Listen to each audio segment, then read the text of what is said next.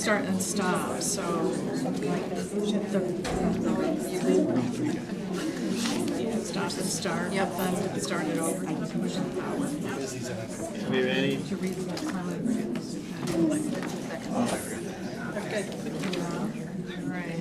All right. This meeting of the Board of Education is now called to order. Please stand and join us in the Pledge of Allegiance.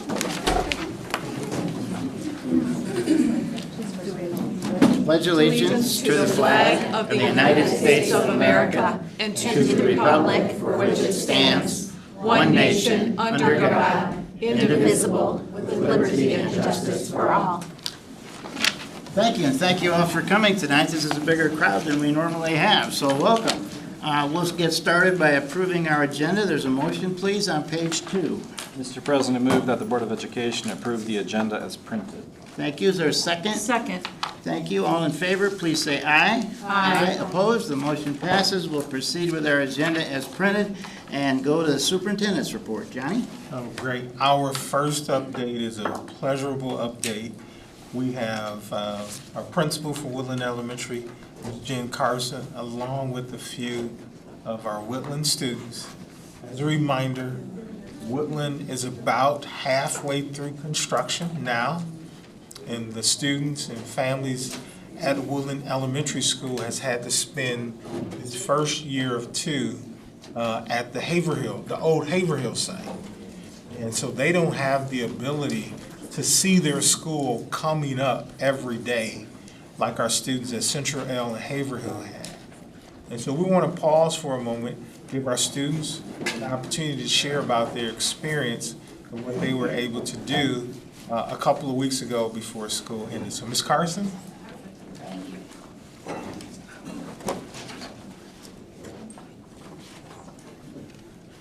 I'm Jennifer Carson, the principal at Woodland Elementary, and I want to start by thanking the Board of Education for the opportunity to share tonight. We are very excited for our new space, and we look forward to sharing with you some things we've learned. I also want to thank the Portage community for supporting these bonds. Without that, we would not have this new wonderful space under construction. I also want to thank PPS administration for all of their support with the moving process, settling into our new space, and all the work that we are doing. Most importantly, I want to thank the Woodland staff for all of their hard work.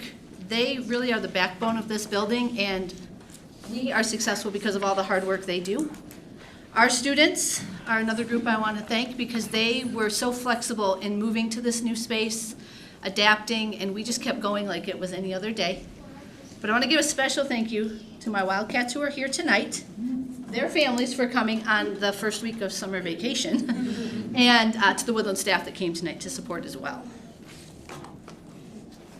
So I'm going to talk a little bit about the work that the staff has done this year with collaborative teaching and learning, some professional development, and then the most important presenters will be up here talking about their field trip to the construction site. So this year, Woodland staff had the opportunity to participate in 4 professional development sessions to help us prepare for this team-based teaching that we will be moving to in our new space. These 4 sessions help strengthen how teachers work together, and we all know that when teachers work together, our students are the ones who benefit. The sessions were intentional in their progression. We started with understanding the why of collaborative teaching and learning, how it produces better outcomes for our students. We explored practical models of teaming, what that looks like, and the multiple ways that we can use this new space to enhance what we already do. We worked on building the trust, communication habits, and shared agreements that make teams successful and help them function well, so that when we go into our new space, we are prepared to do that good work. We also were very fortunate to be able to do these professional learning workshops at the new Haverhill. So we had the benefit of seeing that work in action and talking to people on site about the things that they have learned. Looking forward, we are hoping to go to the new Central Elementary next year to continue this work and to learn from other teams as well. This year's professional learning has ensured that our Woodland teachers will arrive in this new building knowing their teams, having practiced collaborative instruction, and operating with shared goals and agreements already in place so we can hit the ground running as soon as we get there. Students are going to experience a more responsive instruction, strong differentiation, a strong sense of community, and the teachers won't be doing this hard work alone.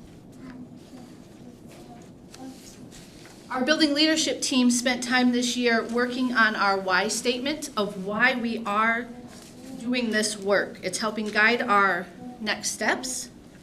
So our why statement is at Woodland Elementary. We believe that proactively focusing on student needs with real-time data, grouping students flexibly so every learner can thrive, and surrounding each child with a dedicated team of caring educators, we will unlock the full potential as a school community. When we problem solve together, teams feel empowered and supported, and we are stronger for every student. No educator carries the weight alone, and no child goes unseen. These practices will lead to more consistent and effective differentiation, stronger collaboration among our staff, improved academic and behavioral outcomes, and a school where every student experiences greater confidence, belonging, and success. So our next steps with this is to share with all Woodland staff in the fall to gather more feedback before we get to our final version. And then, so May 28th was an exciting day at Woodland. The staff had the opportunity to tour the construction site. So we have been doing all this work without seeing the progress. And I don't know about you, but I am not good at looking at plans on paper. It's not a strength. So being able to walk through the site, you can see by the smiles on the staff's faces how excited they were to be able to walk through the site, visualize what it's going to look like, and know that we were part of the process to get it there. The other cool part about the tour for the staff was that they had the QR codes, so we could stand and scan the space that we were actually in. This really just brought another renewed sense of excitement to our building. Now, the most important presenters. So, because we are not on site, we had the opportunity to take first graders, second graders, and third graders to the construction site, where they got to participate in different stations. They got to see the building from outside of the fence, and they got to learn not only about our building, but about construction as an industry, which was very exciting. So, I have Amara Waller. Come on up. I have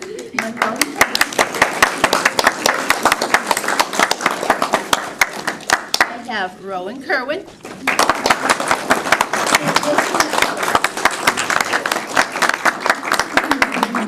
So these are just a few of the amazing Wildcats we have at Woodland, but these students will have the opportunity to go to school in this new building, which is why they are here tonight. So, we are going to do this interview style. All right. So our first question is going to be, what did we learn on our field trip? And you will notice that the pictures are from our field trip. Thankfully, we had a great photographer there that day. So, Amara, what did you learn on the field trip? I learned that there will be 2 floors in our new school, and there are up to 100 people working on the job site each day. I also learned that there are a lot of different tools and materials being used to build the new school. And Monroe. I learned that there are 165,000 bricks being used to build the new school. I also learned that there will be paint on top of the bricks so they don't actually look like. Good job saying that really big number, too. Rowan. When the new school is all done, it will have taken them almost 1,000 people to build it. And Mason. The retaining pond is where the water goes from the pipes. The SkyTrack is a machine, and it could lift 6,000 pounds. It is used to help build the second floor of the school. The SkyTrack was a big hit during the trip. All right. And then what are you excited about for the new Woodland? Amara. I learned that the new cafeteria will have lots of different kinds of tables. There is also a quiet area in the cafeteria. I'm also excited because there's the outdoor learning spaces where we can get fresh air. And Monroe. I'm looking forward to the learning commons in the new gym. The ceiling of the new gym is 2 stories high. If you are playing, you can throw things much higher. Less chance of getting the ball stuck. Rowan. I am excited for visiting so we don't have to be really high in school. I am excited for the new things on the playground. Outdoor learning spaces will give us quiet workspaces. We can listen to the outdoor news. And Mason. The playground will be shiny and new and have a lot of fast slides. We can eat outside when we go to lunch. Good job. Thank you so much for the opportunity.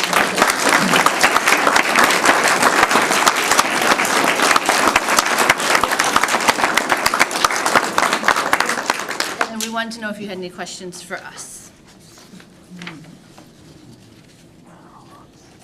You answered my questions, but thank you for your courage to come up here. You did so well. They did. Thank you so much.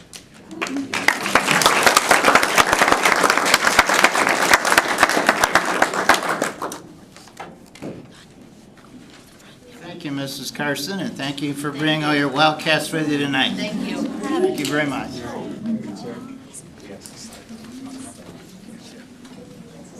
Our next 2 areas will be our Assistant Superintendent Russ Gervers, and he will talk through our bond project update as well as our change order summary. Russ?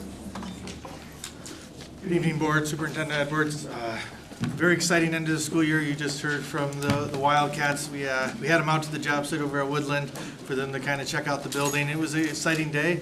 Like they said, we started off bringing the staff through the building. They got a chance to see how it's coming. We got the students out there to kind of experience what a construction site, what happens on a construction site. We kept them safe, don't worry. And then we ended the day with bringing some of the administration building over through it so they can see what their hard work in the administration building ends up being for our students in terms of like when they pay the bills and all that stuff. They don't get out into the buildings a lot, so we gave them a chance to see what all their work, what all the works they're doing there in terms of making sure contracts are taken care of, looks like, and what our reward as a district is. So that was a fun day for the kiddos and myself included, just a chance to see the kids out there playing with some of the construction toys and learning about, the number of bricks it takes to build the building, and they're in all of the SkyTrack. So it was a fun day. But things at Woodland are shaping up nicely. The second floor is starting to be framed in, so the classrooms are coming together. You can really see the layout of what the second floor is looking like. They're up there working, so on the first floor they can get it all leveled out so they can pour the final flooring for the first floor. So they're kind of bringing in or kind of orchestrating all the different trades to be out there and get as much work as they can done without getting in the way of each other. So they're doing a really good job of that. So the studs are going up in the second floor. The electricians getting all their pathways in, and they'll start wiring here as we go. So that's exciting. If you look out front, you can start seeing the shapes of what the entryway is going to look like, the awning that the kids will walk under when they enter the building. They start framing that out, so that's kind of cool. You'll see it'll be a very nice grand entrance for the kids as they come to school. So that's exciting. Woodland's coming along nicely. Weather like today really helps with the construction process. Other things that took place over the last couple of weeks, we had groundbreaking at Amberley Elementary, so those of you guys were able to be there for that, thank you. It was a great day, a little hot. Kids were definitely excited at Amberley as well, just like Woodland, to get their air conditioning. So that was it was a good day for the groundbreaking, very happy with that. Then the Thursday before the last day of school, we actually did what we called Donuts and Design meeting with the angling staff, and we got to walk through the SD schematic design for angling, so they got to see what the angling is going to look like, how it's going to sit on the new property, and all that good stuff. And we'll be bringing that to you guys, the board, here at our next board meeting. So we'll walk through the SD design with you guys and kind of let you know how that design process is going. So we got 3 fronts going on right now. We have the Woodland halfway through at the halfway point. We just started breaking ground at Amberley, and we're going through the design phase for Angling Road. So it's been pretty busy in the construction realm, if you would. So is there any questions about that? Next week I will bring a PowerPoint with pictures. This week you just got my words, sorry. No, thanks. We appreciate the update. No problem. And then next thing is, as you guys know, throughout the construction progress, there's change orders for different things. Anastasia is going to run through our change orders from the 3 projects, Central, Haverhill, and what we've done for Woodland so far. All right, thanks. Yep. Good evening, Board. As Russ mentioned, I'm here tonight for the bond change order. I've presented these to you guys periodically throughout the process of Central, Haverhill, and Woodland. We have a few more here since it's been a minute since I've gotten up here and spoke on some of these. I'm just going to touch on some of the bigger ticket items or noteworthy items, but if anybody has any questions on anything on the document, please speak up and just let me know. So for Central Elementary, we had a total bond change order cost of $58,381. One of the larger items there was some mechanical ductwork items. So that was catching up a variety of items, tasks that the mechanical contractor had helped us with. So that was reworking some ductwork to accommodate change in the ceiling. That was adding ductwork for the vent in the kiln in the art room. So it was a couple of those types of items. And then really the other one was we had held an allowance for some site cleanup, and that was where our construction drive was. So that was part of it. There will be one more portion on that that didn't make it in here in terms of seating and grading and finishing that up on there. So that was getting the practice football field back to what it used to be. Over at Haverhill, we had a bond change order cost of $51,025.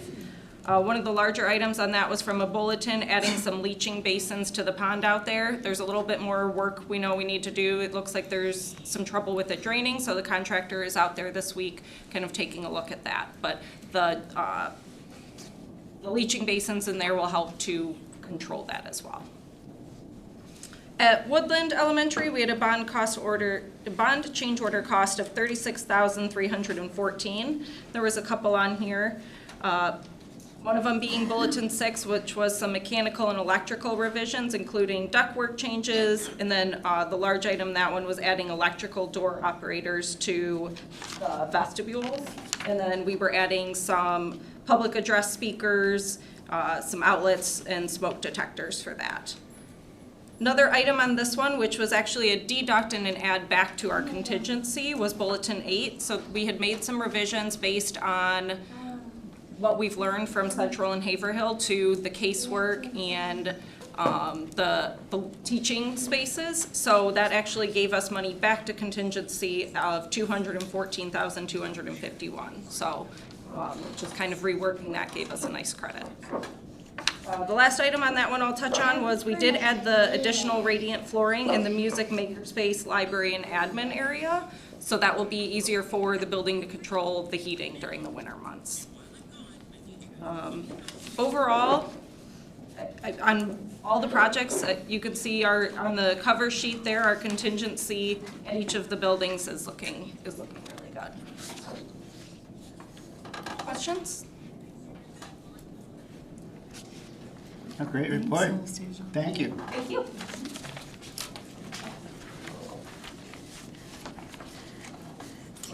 All right. And last up for the superintendent's report, the Superintendent, Dr. Michael Pasco, about Matt's Law.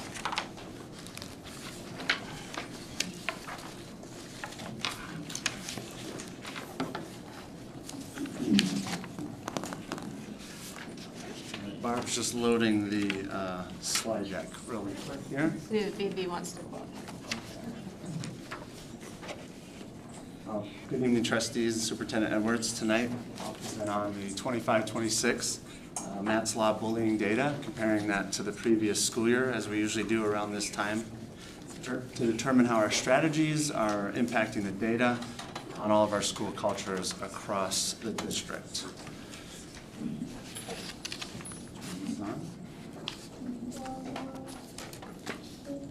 There's a lot of information provided in your packets that we submitted to you. But here's the criteria that we use when defining bullying in our schools for our PPS policy, that's 5517.01. So all of our administrators, we've worked hard to make sure they have a common understanding of this definition and the criteria so that these types of acts of misconduct, they get labeled appropriately in our student information system, so that they don't get mixed up with any other offenses. So you can see it has to meet quite a few criteria, but along the lines of intimidation, humiliation, fear of physical harm, could be one or more students, could be through physical, verbal, electronic or emotional means. It could affect students' ability to participate or engage in any program or activity that we offer. And it could be based on characteristics of a student in terms of race, religion, disability, or gender, etc. So spend some time in our assistant principal and principals meeting making sure that we're all on the same page as to what constitutes bullying in the district. So let's take a look at the data from 25-26 and we'll compare that to 24-25 and 24-25 and see how we did. So you'll note here that there were a decrease in each area from 24-25 to 25-26. So there was less offenses that results in less discipline or consequences that were issued. There's an overall reduction from 151 in 24-25 to 97 in 25-26. So that's a decrease of 54 referrals this past school year. So we've seen some positive numbers of the impact of some of the strategies that we have in play.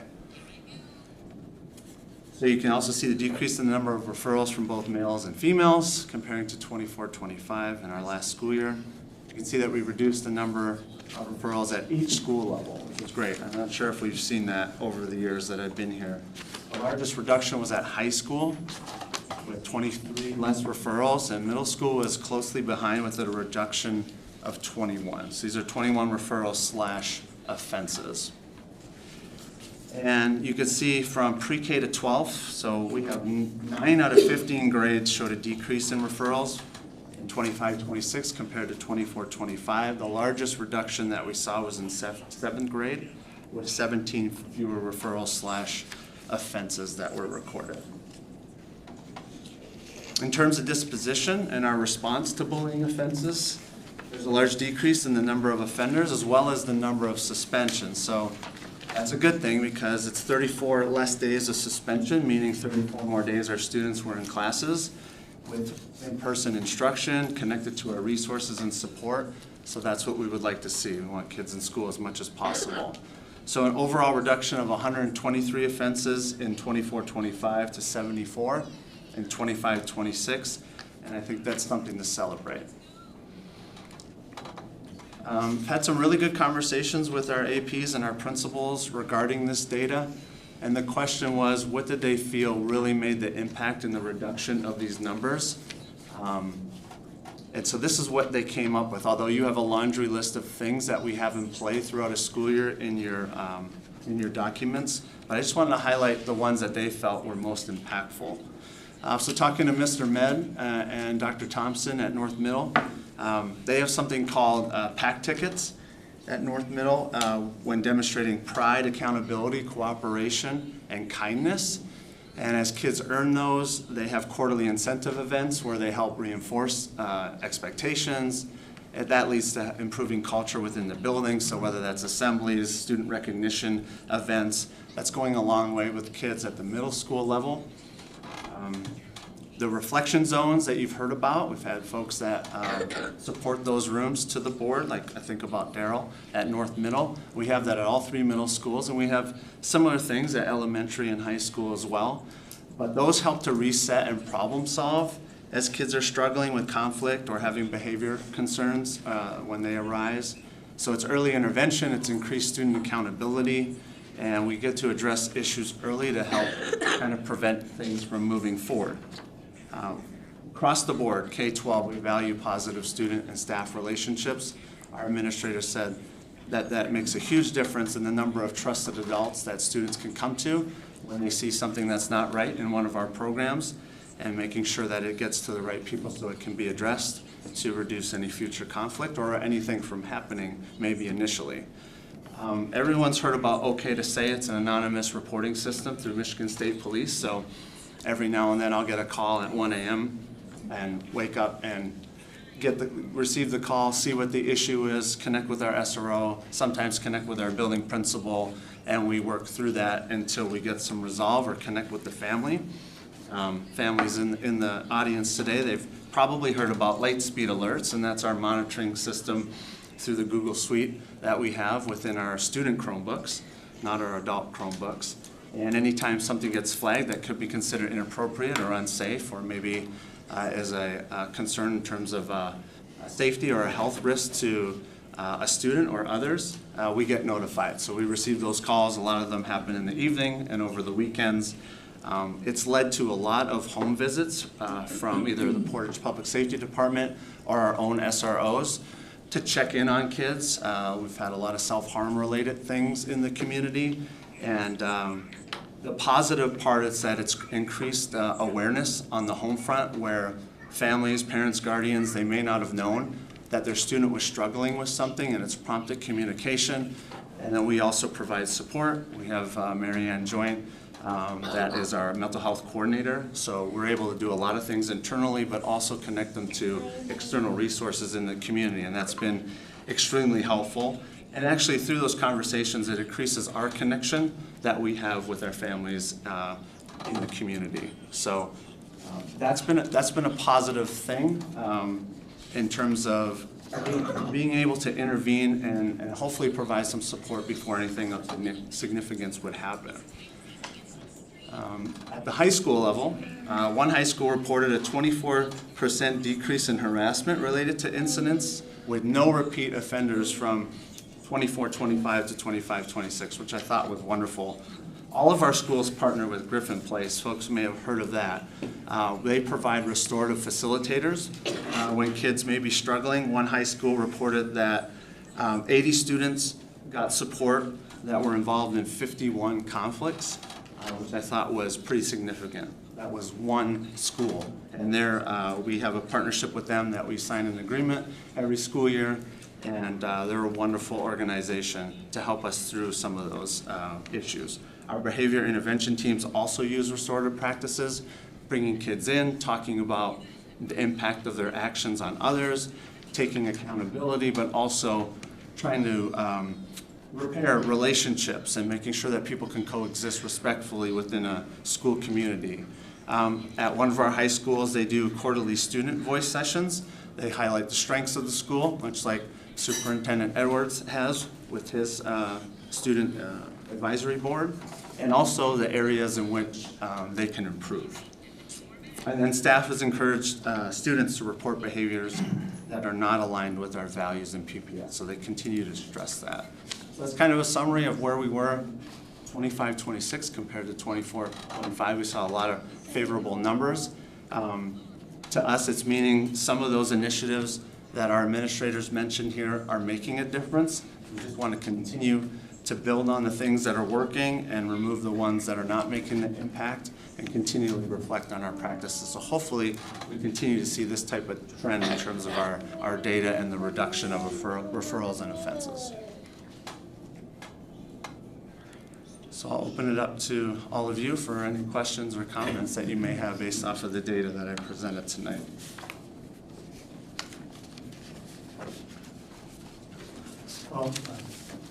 I mean, that one-year drop is incredible. Good to see the interventions. I mean, so do you have any additional theory about, you know, could it be we're far enough from the pandemic that some of those things are just finally getting in the rearview mirror? But it's an impressive. Yeah, we definitely did see our numbers shoot up after COVID, for sure. I think we have seen some dwindling of that. Kids are still struggling with things, and sometimes families know and sometimes they're not aware. So some of these things help start those conversations, start connecting kids to the support, so they can turn things around and enjoy the things that they can, particularly as it relates to the school district. So maybe it's part of that. Maybe we're getting far enough away where we've been chipping away at what works and what doesn't, and now we're seeing the results in the numbers. So I'm hoping it's part of that, but I know it's a lot of great work that's happening at the buildings. And it's not just our administrators, it's a collective staff effort with with a lot of this. So I appreciate what everyone's doing to help with these numbers, particularly the repeated offenses or the repeated situations where, you know, a student doesn't feel safe or welcomed in any of our school communities. So, Mary Lou? I wonder if it's also, you're seeing a benefit because as the years go by, you've got more kids who have been, who are learning from kindergarten on up how to treat other people and how to be accepting. I mean, I don't know how you track that kind of data. Yeah, well, you have, I think the role of the engagement specialist has helped tremendously. Kind of that bridge between school and home, as well as supporting teachers in the classroom with some behavior and just working through and supporting the principal, although they are not administrators, they are teachers. But they do a wonderful job, and a lot of our ESs have become principals, so they see the bigger picture. But I think at elementary, outside of the teams that they have in terms of behavior teams and academic teams, that role in particular I think has been very impactful. So I'm thankful that that has been in place since I came here 9 years ago. So, and Dr. Jinsinius and all the principals do a wonderful job too. I know Carson was here as well. So, Were these the same parameters you used last year? Because I know last year the number jumped. You changed your terminology or how you're measuring it. Is it the same? I think we try to get more consistent every year. It comes up in our assistant principals and principals meetings at the onset. I think we're getting better at that. I think that plays into the numbers too. We're not allowing other offenses that do not meet that criteria to get mixed into those numbers. That's also helpful. And I think we're just, as our leadership team, for the most part, you know, stays the same for consecutive numbers of years, I think we get better collectively and stronger and more consistent with many of our practices. This tends to be, and is tending to be one of them that we're seeing. What do you think, Kimberly? Thank you. Noticing Griffin Place and restorative facilitators. I know that many students with neurodivergencies don't feel comfortable declining services. That consent in that case is not always consent, it's more of a going with what it is. Do you have any information on how that, on outreaches or techniques that are being used to ensure that those students are comfortable saying yes or no or consenting or not? Yeah, I can tell you that students are not forced to do those. We have, like I said, behavior intervention teams as well, or folks that are running the reflection zones. Those are our own staff members, not an external agency, that they may have a stronger relationship and may be viewed as more of a trusted adult to have those conversations. So in those reflection zones, like Daryl, for example, at North Middle, he is running restorative practices all the time, restorative circles. So that's part of it, and we have that at West and Central Middle as well. So I think when it's a situation where someone's not comfortable, or For example, someone who has been on the receiving end. Right. To be able to say, I'm not really comfortable That's right, yeah. with this person. and that happens, and I think our staff is wonderful in terms of making sure students feel supported and they're not forced into a conversation that they don't want to have. Thank you. And I'm sure that will happen from time to time. Dr. Pasco, thank you for your report. It was a great report. I think that's the best Matt's Law report you've ever given in terms of the numbers, so thank you very much. And boy, that one number you mentioned is the number of reduction in repeat offenders. I mean, that's really good stuff. So hopefully we keep it going. That's what it is. Can we sustain it? Can we continue to incrementally improve these numbers? But just know that we continue to reflect on our practices, and we want to keep what's working and reflect on what's not making the impact, and hopefully the longer we do that, the more we'll see in terms of the numbers every year. So thanks for that. Thank you. Okay, we'll move to our comments and communications section. Are there any folks who wish to address the board tonight? Yes, there are. Sherry, could you read our guidelines for public speakers, please? Sure. Public comment at board meetings. Board of Education meetings are held for the purpose of conducting the business of the school district. The board recognizes the importance of letting the public express themselves on district matters and welcome community input at our board meetings. To permit fair and orderly public expression, please conform to these guidelines when addressing the board. Attendees must register their intention to speak during the public participation portion of the meeting by completing the speaker registration form at the beginning of the meeting.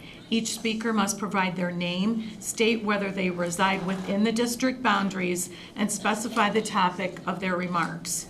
Individuals may not register others to speak. Speakers will be recognized by the presiding officer and may not be called in the order in which they have signed up to speak. Limit comments to 3 minutes. Direct all comments to the board and not to staff or to other participants. Speakers may not yield any of their speaking time to others. Provide a written copy of your comments and supporting documentation to the board secretary if available. Present your comments in a respectful and courteous manner to model the behavior expected of Portage students. Refrain from mentioning any student or individual by name. Contact the superintendent directly regarding personnel matters. The board has a legal obligation to protect the due process rights of students and employees. Typically, concerns raised by speakers during public comment are best addressed through the established chain of command. Board policy delegates resolution of operational concerns to the superintendent for further action. Thank you, Terry. I just want to inform everybody that, as Terry said, we value public comment, and we're glad you're here to give us input tonight. And I just want to remind everybody that we have a number of speakers here from angling, and that unfortunately state and federal law, as well as individual privacy rights, limits what can be publicly disclosed or discussed regarding our staff and our students. So we ask you to be respectful of that when respectful of their privacy rights when you address the board this evening. And again, thank you for coming. We appreciate it. President Van Arter, members of the Portage Public Schools, as well as the Portage community, I normally do not make comments prior to citizens' public comments, but given the importance of different matters, I thought it was appropriate to do so. So prior to that, we've had an incident at Angling Road Elementary School, specifically just prior to the end of the school year. Our policy, as well as best practices, require that we do not discuss individual students, and whether that situation involves a student or a staff. But tonight I just want to address the process overall. All along we've been committed to following the process, the facts, the law, and due process rights of our parents, as well as the rights of our students and our employees. The safety of our students and staff has been and remains our #1 priority. Since then, we've worked closely with our partners, Portage Public Safety, while they conducted an investigation, during which our Human Resource Department worked alongside of them to conduct an internal investigation, as it is outlined in terms of our policies and procedures within the district. Late last week, I communicated with the Angling Road staff and families that the Portage Public Safety had completed its investigation, and they had advised me that the case was forwarded to the prosecutor's office for review. Now, the principal at Angling Road punched Dad, my daughter. Dad, shh. And there's a Dad, witness here that's stop. here. You're not gonna let us talk about it? Dad, stop. No, they can We're kick me gonna out. go It's fine. up. Let them kick me Stop. out. The principal at Angling Road Don't get us punched kicked out her of here. Stop. and pulled her hair. Okay, can we finish? Oh my God. Late last week, I communicated with Angling Road staff and families that Portage Public Safety had completed its investigation and had advised me that the case was forwarded to the prosecutor's office for review and that charges were ultimately denied. In the meantime, Portage Public Schools has worked to finalize its own internal investigation. We determined that our staff responded consistently with school policies and procedures. This is not in any way any type of victory or celebration. There is still work to do with Angling Road Elementary School, as well as other schools within our district. We're focused on a growth mindset. We want all of our staff and students to grow. We're also focused on our assets. It's not to deny our deficits, but our deficits do not define any of our schools. When there's an incident or disagreement, there are no winners or losers. The goal is to find a resolution with plans to improve. And we certainly want to improve our entire school district, school by school, classroom by classroom, day by day. So thank you. Thank you, Johnny. We'll call our first speaker tonight. Welcome to Ann Bujala, please.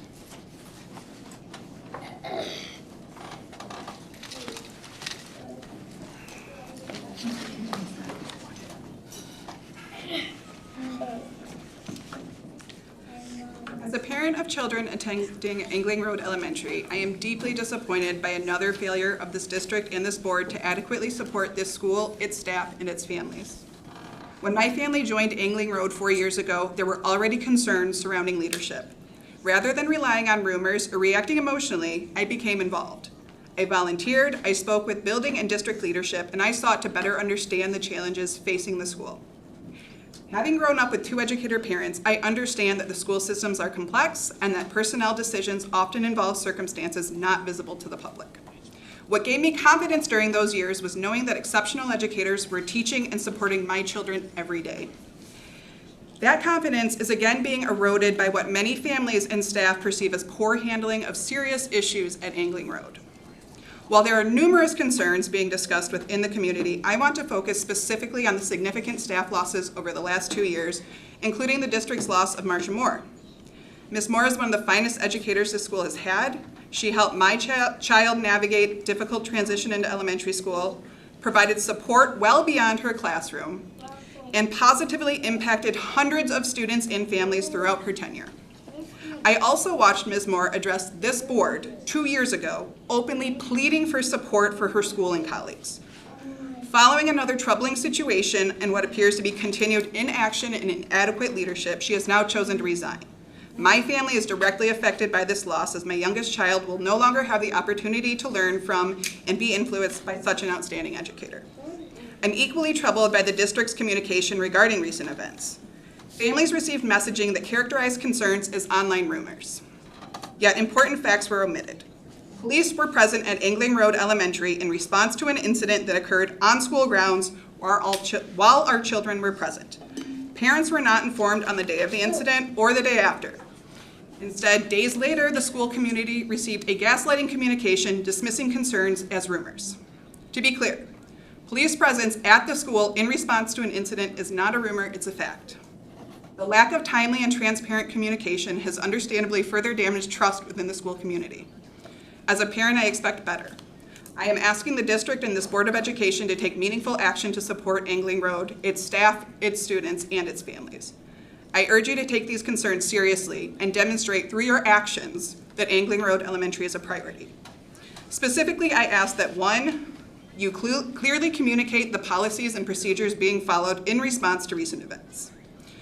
2, provide transparency regarding the district's decision-making process and any limitations on what can be shared. 3, prioritize timely, factual communication with families rather than broad assurances that fail to address legitimate concerns. And 4, take concrete steps to address the ongoing issues contributing to staff dissatisfaction and the loss of highly valued educators. Thank you.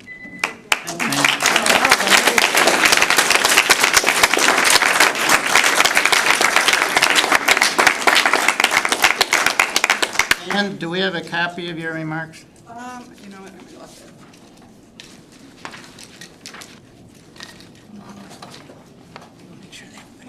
Thank you very much. Our next speaker this evening is Michelle Hellner.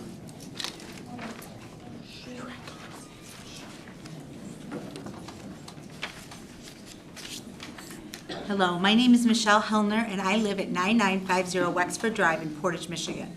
In addition to being a teacher at Woodland Elementary School, I'm also the parent of 3 amazing children. 1 who graduated and 2 others who are currently attending PPS. My youngest child began having seizures when he was 6 months old. At 3 years old, we finally figured out that he has a severe form of epilepsy called Dravet syndrome. With Dravet syndrome, people not only have long seizures, but physical, mental, intellectual, emotional disabilities and delays. The first time we needed to call EMS to a Portage Public School building was at Woodland when he was about 1 year old. This happened in an open house for his siblings. The last was about a month ago when Central Middle called after administering rescue medicine after a seizure, which lasted over 5 minutes. There have been many in between. When I look at the strategic commitments for Portage Public Schools, it states that PPS ensures success. Every student is welcomed, valued, individually known by their strengths and needs, and supported on their path. In the same document, it states that we have a commitment to equity, which states that Portage Public Schools is an inclusive environment, providing each individual access to resources and opportunities for success. Though my son's medical needs are severe, he is in no way the only student who walks through those doors every day with medical needs. Hundreds of students have diabetes, asthma, severe allergies, mental health concerns, and other needs and responsibilities day in and day out. It has come to my attention that we have cut our 3 nurses who serve our PPS students. This means that the medical responsibilities and paperwork will fall on teachers, administrators, secretaries, paraprofessionals who are sometimes CNAs, and engagement specialists. Most of these people are not medically trained and have not worked in a medical environment.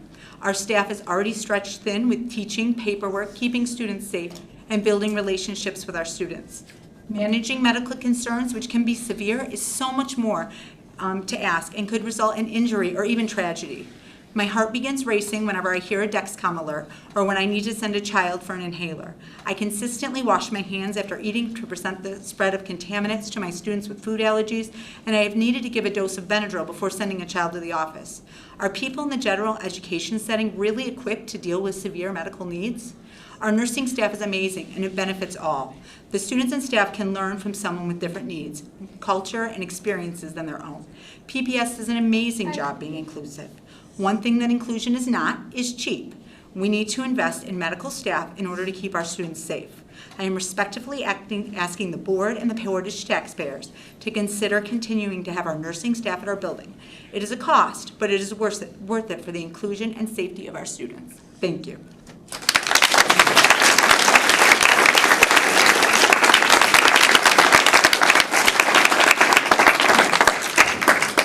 Thank you, Michelle.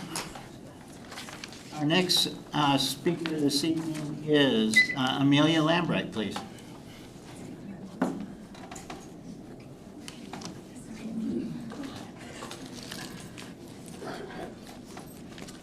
Hey everybody, I appreciate your time this evening. My name is Amelia. I'm a mom of 3 children. My youngest is a 2nd grader at Angling Elementary. Right before her 3rd birthday, she was diagnosed with epilepsy, and at 4 1/2, she was diagnosed with Lennox-Gastaut syndrome, which is a rare, severe, and degenerative type of epilepsy that affects her in many ways. At her worst, she can have more than 100 seizures a day. She's a medically complex kiddo with multiple diagnoses that requires me to work closely with the staff at Angling. I'm frequently in the building at Angling dropping her off, picking her up for appointments. We manage 27 specialists for her. I'm dropping off meds. I volunteer every chance I get as a member of the PTO. I'm invested in the school and the students, and I love the community that we have there with the families. Over the last 2 years, I have seen countless instances of the principal treating students and staff disrespectfully while sucking up to parents and putting on a false front. The vibe in the school is toxic, and part of the reason I send my other 2 children to private school instead of Portage schools. The financial sacrifice is worth their safety, both mentally and physically, to my husband and I. I'm at a loss while you're protecting a woman who has a history of violence and has lost the faith of the families entrusted to her. How many students have to be hurt before you take action? My daughter, who loves 99% of people, won't look the principal in the face. She won't fist bump her, she won't high five her, doesn't acknowledge her presence. She is known as the queen in the building and loved by everyone. She's a wonderful child. I'm disappointed in the recent investigation that continues to leave students at risk to a tyrant, a woman who has a long history and track record of not being someone who should be in a position of power. I'm curious how you would feel leaving your vulnerable child in a building with administration that you have no trust in. Part of her disability severely limits her speech. Do you understand how difficult it is to leave your child in a building every day and she cannot tell me if something happens to her inappropriately? Could you do that in my shoes? She's not the only student in that building that's nonverbal or limited verbally. These kids rely heavily on us to keep them safe. I personally rely heavily on a few trusted key members of the staff to keep her safe. One of those staff members is leaving because you have decided to not continue to staff nurses in the building. The nurses are instrumental in training staff in seizure first aid, manage her medications, her safety. Without nurses, so many students are now vulnerable. Kids with diabetes, epilepsy, and asthma, and severe allergies, just to name a few. These are life and death diagnoses that families like ours deal with every day. So this now falls to nurses. Controlled substances are being managed by nurses, and not by nurses, but by secretaries and parapros. I mean, these are not people trained to handle these medications. This year, a teacher almost gave my daughter a rescue med a second time because she broke protocol and didn't check if it had already been administered when she had too many seizures. I mentioned it to the nurse, she stepped in and did a retraining with the staff. Who is now going to do that? Who is going to keep these kids safe? The secretaries and paras are amazing. They're close to my heart. I love them. I work with them closely. But as I said, this is not their job. This is a liability through Portage to have these not managed properly. I hope you can reflect on your decisions and how it negatively impacts families like ours and going forward to make changes to keep them safe. Every child, regardless of disability, deserves a safe environment to learn in. I appreciate your time.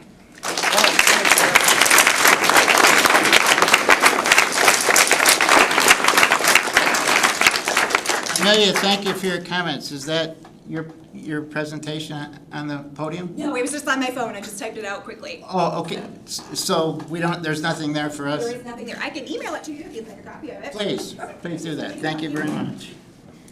Okay, our next speaker this evening is Rebecca Lito.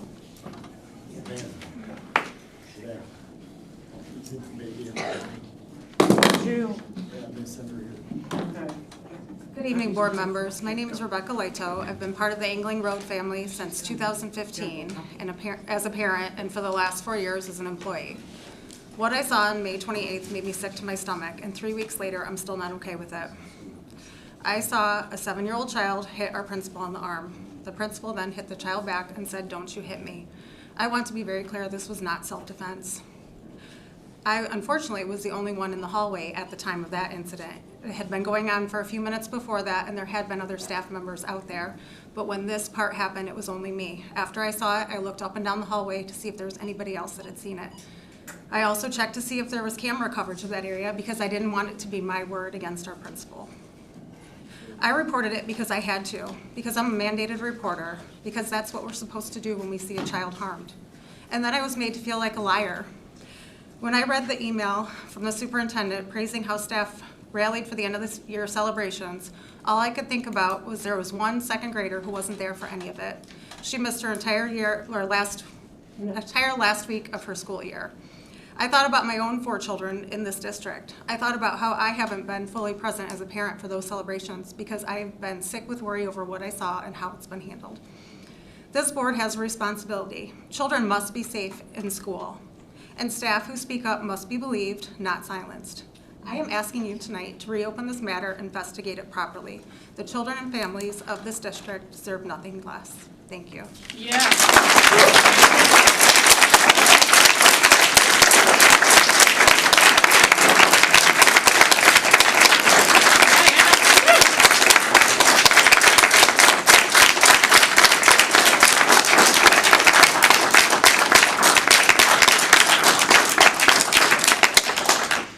Our next speaker tonight is Daniel Morrison. Welcome.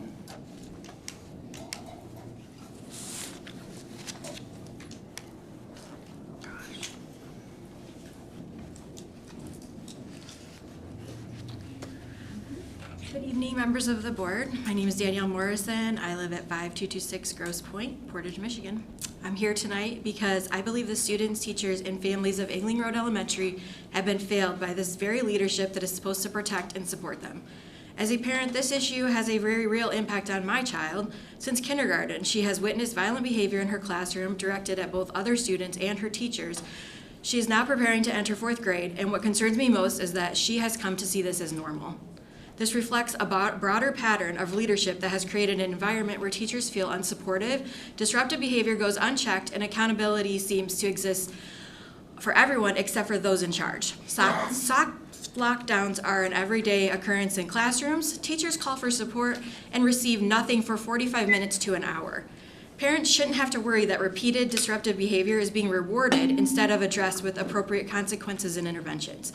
When children see serious misconduct met with rewards rather than accountability, it undermines respect for our teachers, disrupts learning, and sends exactly the wrong message to our kids. Leadership matters, and the culture of a school starts at the top. When teachers are unsupported, morale suffers. When classrooms are in chaos, the students suffer. One of my biggest concerns is the lack of respect shown to staff by this principal. Teachers should never have to walk into their classrooms wondering they will be left to handle dangerous or disruptive situations on their own. They should not be blamed for asking for help or made to feel they have failed because they cannot single-handedly manage serious behavioral issues without meaningful support. Parents and students have witnessed teachers leaving the principal's office on multiple occasions in tears, and that should never be considered normal in a workplace. Compliance appears to be valued over competence, and the consequences are ultimately borne by students who continue to lose experienced and dedicated educators because they simply can't continue working in this environment. This principal has made statements to staff and the PTO that have later proven to be untrue, and when these inconsistencies are questioned, the response often feels like gaslighting rather than accountability. The teacher evaluation process, which should be a tool for growth and professional development, is perceived by many of the teachers as a means of punishment and intimidation now by our principal. In my opinion, there have been actions that warrant serious disciplinary review, but many people are afraid to come forward because they believe the district will protect her instead of addressing the concerns. This honestly was put on display during the last week of school when our superintendent came to the school for our talent show. He came to high five and fist bump this principal to show his support in her just days after she was accused of striking an Engling Road second grade student. Where is our support for our students, our teachers, or the staff member who witnessed this event? The board has a responsibility not to just react to crises, but to prevent them by ensuring that schools are led by individuals who foster safety, accountability, and respect. I urge you to listen to the voices of these families and educators who have been raising concerns and to take decisive action that puts the needs of our children and dedicated teachers ahead of everyone else. I'm here because I love this school and the community. I believe our children deserve better. Please don't allow fear, silence, or inaction to define the future of Engling Road. Hold leadership to the same standards of accountability expected of every teacher and every student, and put the safety, well-being, and education of our children first. Thank you.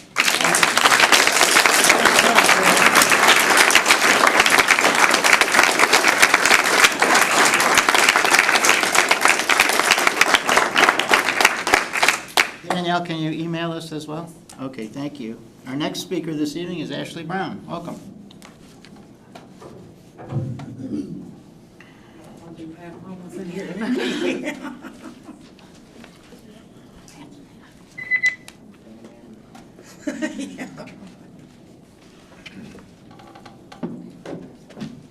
Good evening. My name is Ashley Brown. I'm a former Engling Road Elementary teacher. I left this district and now work in corporate education. I'm standing here tonight because I'm also part of the data I'm about to share with you. On May 31st, Superintendent Edwards sent this community an email describing allegations involving a staff member at Engling Road as, I'm quoting directly here, unsubstantiated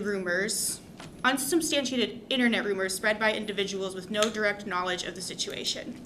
I want to be precise about what actually had happened at this moment. A family had filed a police report. A staff member who was present reported the incident to HR and gave us a statement to law enforcement. That staff member is a mandated reporter, someone with a legal obligation to report suspected child abuse. A CPS complaint had been filed. These are not rumors. These are official channels activated by people with direct first-hand knowledge, including someone the state of Michigan trusts to identify and report harm of a child. And this was told to be social media gossip. During this investigation, the staff member in question was not placed on administrative leave. Children at Engling Road continued to be in that person's care, while a police investigation and a CPS complaint were both active. Regardless of how the case was ultimately closed, that decision poses a serious and unacceptable safety risk, and this board should answer for it. Portage Public Safety closed the case, that's their jurisdiction, but a police closure does not answer the question that this board has to answer. What happened in that building And is this person who is responsible for all of these children the right person to be our principal? Was my principal. Now, let me tell you about the staff who have left Angling Road in the last 2 years. 9 classroom teachers transferred to other K-12 schools at approximately double the national transfer rate. 8 additional staff, myself included, left the district entirely and the profession entirely. Some retired early. I left in a large part due to unsafe work environment and burnout. That is 17 people entirely in the last 2 years of a staff of roughly 43, nearly 40% gone in 2 years. The district calls this normal. I'm standing here to tell you it's not. It is not normal, and I can tell you that because I lived it, I believe it. Half the people here are in support of all of us, and it's sad. The Learning Policy Institute calculates that replacing a single teacher costs the district nearly $12,000 per teacher in recruitment, hiring, training alone. 17 staff leaving a building over 2 years represents over $200,000 in costs to this district, something that we continue to talk a lot about. That is not a rumor. That is a financial consequence of what is happening at Angling Road on the day-to-day, and this board is responsible for it. When I left, I requested an exit interview. I wanted to tell someone what my experience was in Portage Public Schools, where I grew up going. No one responded. Portage Public Schools has no formal process to collect that feedback, and I want to ask directly, why? Why don't you want that feedback? I would assume that KPIs are relevant here as they are anywhere. Why don't you want to know why people are leaving and why you're continuing to pay this cost? So here's what I'm specifically asking for, and I'll be quick. 1, an independent interview of what happened at Angling Road, separate from the Portage Public Safety investigation. 2, a public accounting of whether it was accurate or appropriate to describe a reported witness, a staff at Angling Road, as an unsubstantiated rumor to this community. 3, why was there no administrative leave for this person during active police investigation while they were in the care of our children? 4, the immediate implementation of a formal exit review process so the district can no longer remain willfully uninformed about why their teachers are leaving. 5, a review of the hiring protocols to ensure that public records from previous districts are part of background checks when you bring administrators into our schools. I'm not a rumor. 17 people who have left Angling Road in the last 2 years were not rumors. The family that filed a police report is not a rumor. And the mandated reporter here tonight who witnessed what she saw is not a rumor. And I'm asking the board to look at what's been documented before you and to do something about it, please.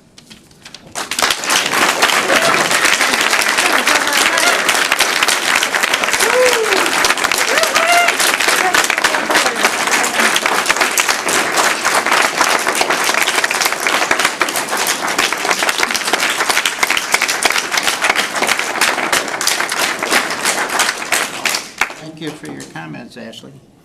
Our next speaker tonight is Raul Garcia.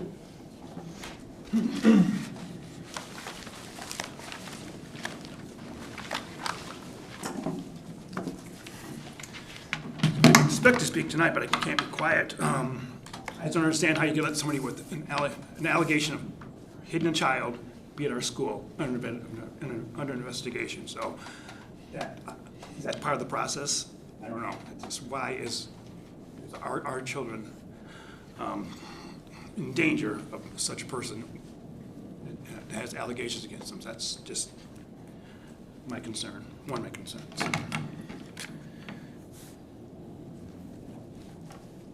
And also, I requested a FOIA request for the incident. Have not received that request yet. They said the investigation is still ongoing, so I'm not sure how it can be closed when it's still ongoing. And this email coming through that the investigation has been closed. I haven't got the report yet, so they said it's still ongoing. So it's just some miscommunication there, or some incorrect information being passed out. Thank you very much.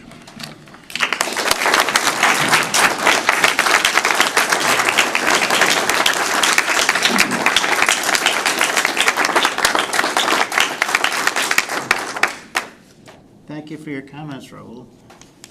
Our next speaker is Savannah Babcock. So I'm not going to be as amazing as these other fellows that has spoken today, but I'm going to do my best. I don't have it papered. My daughter is the one that was assaulted at the school.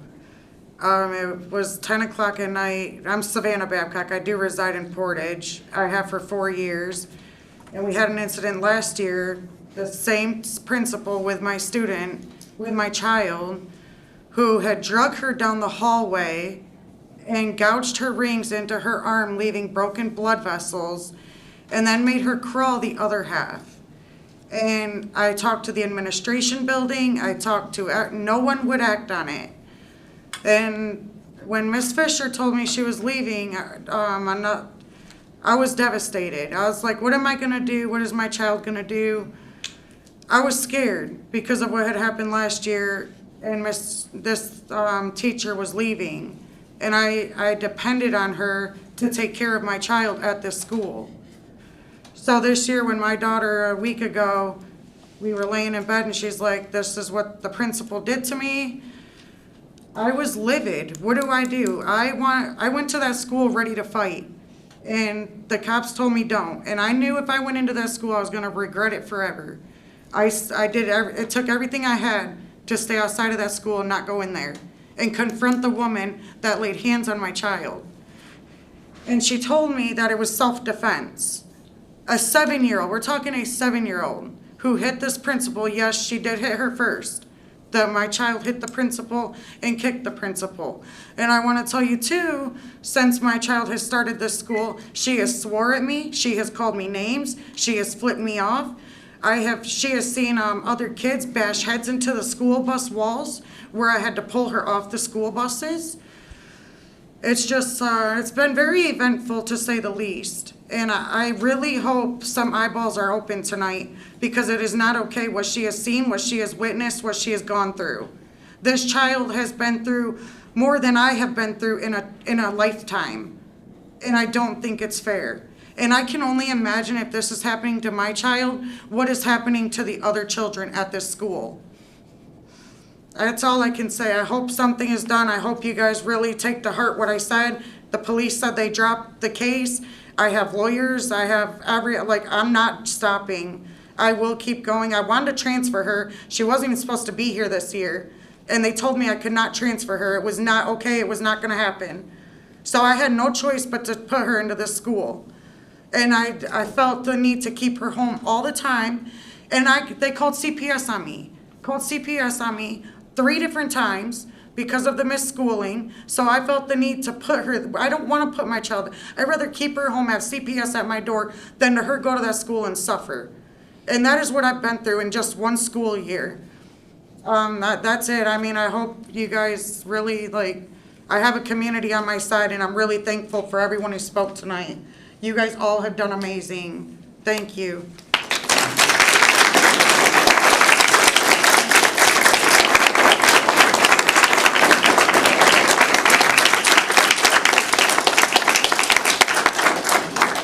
Thank you, Savannah. Yes. Our next speaker tonight is Chantel Johnson, please.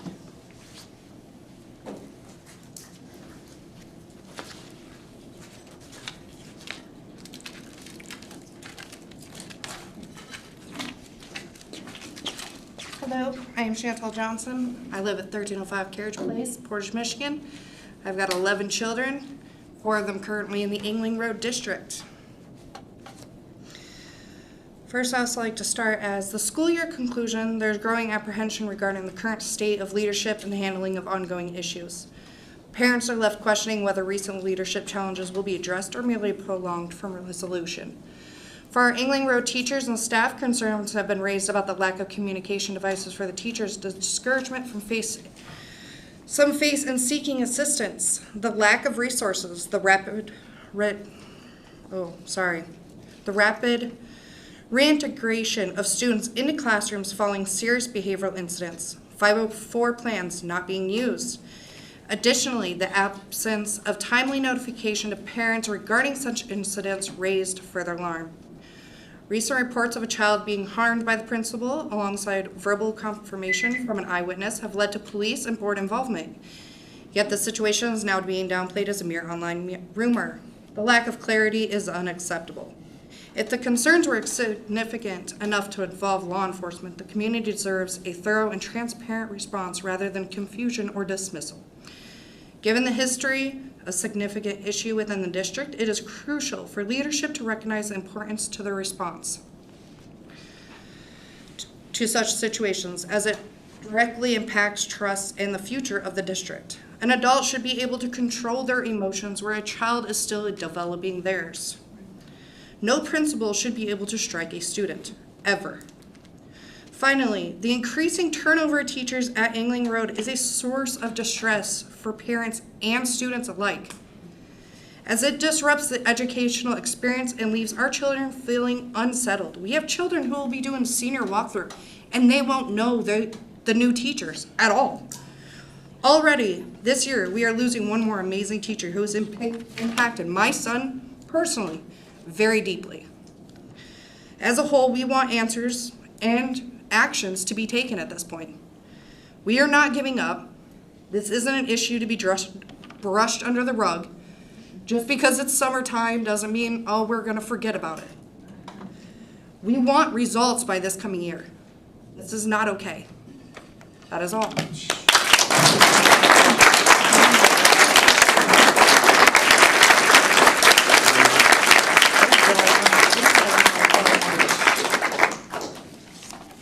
Thank you, Chantal. Are you planning to send that to us? I will email it to you. Very good, thank you. Thank you very much. Our next speaker is Nancy McMillan, please. Yeah.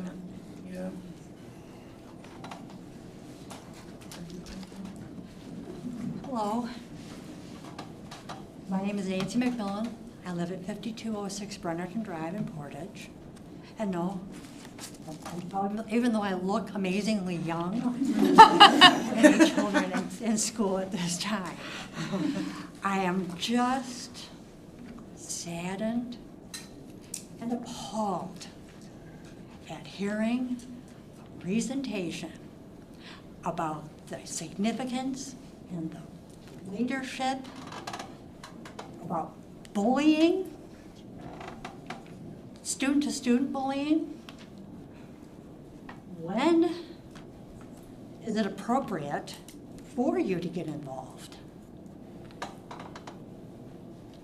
When do children have a voice?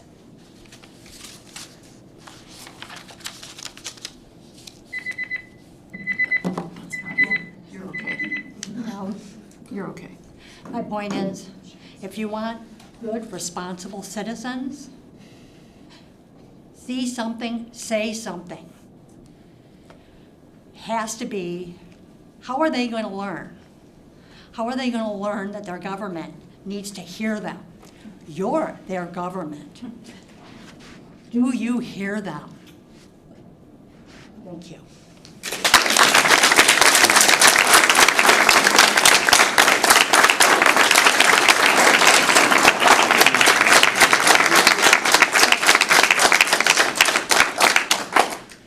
Thank you, Nancy. Next speaker is Roger McMillan. Welcome. Thank you. I came here this evening. I live at 5206 Brennerton Drive. I've been in this city about 30 years. I like it. It's a great city. I came here this evening hearing some rumors, and I've been listening to what's been going on. And this body, yourselves, are supposedly the representatives of the people on this side of the room. You are our representatives, my representative, to the students and to the administration in making things run well.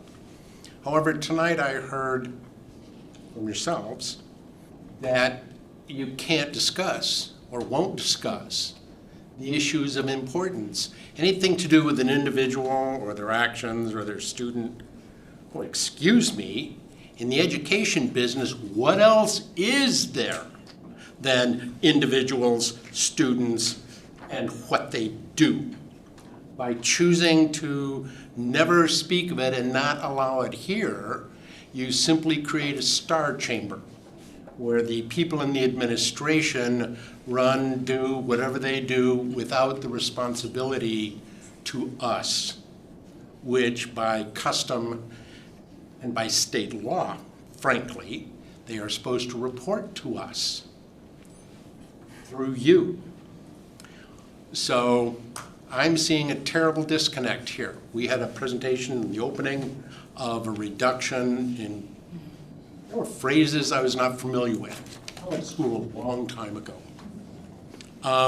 But essentially a reduction in problems, in bullying, and then we sit and hear a long litany of people with very specific, very problematic problems. I went to school in the 1960s, and if a teacher had actually struck a student, and I played football, so it's not like people are wussy, but if they'd have actually struck a student, they'd have been out of there that night, they'd have been on leave, and they'd have been prosecuted, and the school board where I grew up would have led the prosecution of that and not covered it up. We'd have known their names.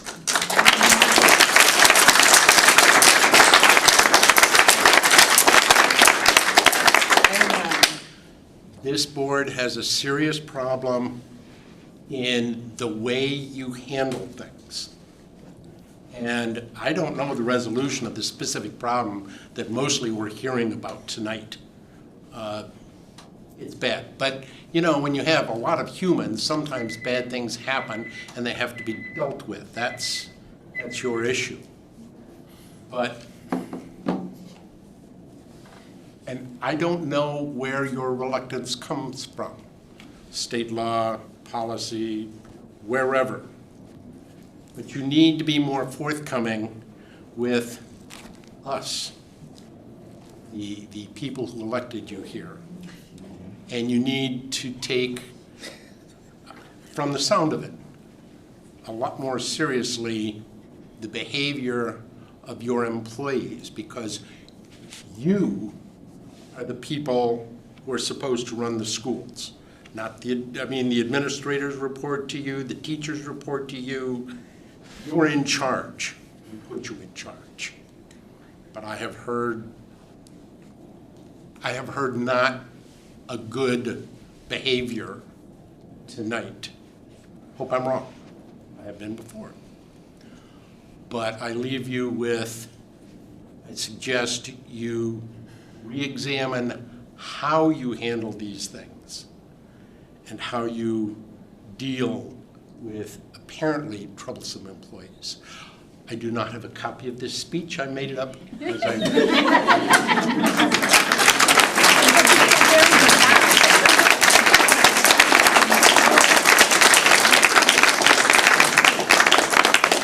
Thank you, Roger. Our next speaker tonight is Stephanie Elkar, please. You did amazing. These are going to be Stephanie's comments. Good evening, I'm Stephanie Alkire and I live on Lightelier. I'm a Portage Northern parent and I spoke to this board 1 month ago and also in the fall about the growing inequities between Portage Northern and Portage Central. I'm here tonight because I'm still waiting on a response. I also want to acknowledge the many Angling elementary parents are here tonight. I want to be very clear, what I'm sharing just isn't about current students, it's about what their students are likely to experience when they hit high school and if these trends continue. And part of that reality is already visible. Today, Portage Northern is rated 6 out of 10 on great schools, and Portage Central is 9 out of 10. That is a significant difference in how these schools are performing and how are they perceived. And those ratings influence where families choose to go to school. Over the past year, my daughter has tried to start a HOSA chapter, Future Healthcare Professionals Club at Portage Northern. She found student interest, she did the work, but she could not find a staff advisor. Because of that, for a second year in a row, she will go to Portage Central to participate because Portage Central has significantly more clubs and opportunities available for students. But this is bigger than one club. This is about measurable academic outcomes. I provided a chart for you today that shows M-STEP 11th grade proficiency over the past 4 years. What this clearly shows is that Portage Central School are raising significantly while Portage Northerns are flat or declining. In the most recent year, Portage Central students are 65% proficient in science compared to 40% at Portage Northern. In social studies, it's 69% at Central versus 48% at Northern. That is a gap of over 20 percentage points in both subjects. And the gap is growing. So the question is no longer whether the gap exists. The question is, what is the plan to fix it? Because right now, students at Portage Northern are not receiving the same level of opportunities or outcomes, and the families are responding accordingly by requesting school of choice. I am asking this board again for a clear public plan that addresses how will you rebalance enrollment and school of choice impacts? How will you evaluate boundaries and the roles in these outcomes?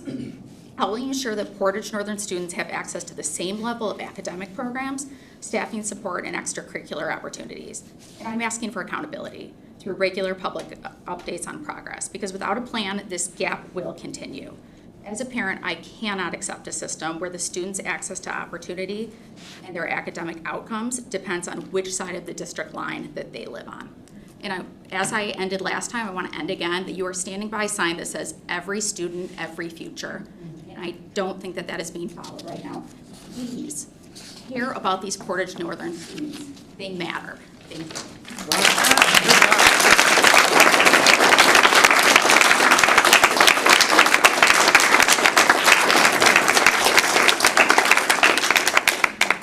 Thank you for your comments, Stephanie, and thank you for giving us copies.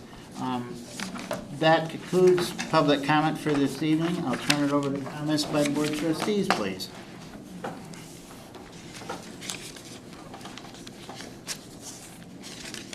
Mr. President, I will make a comment as soon as I sip this water.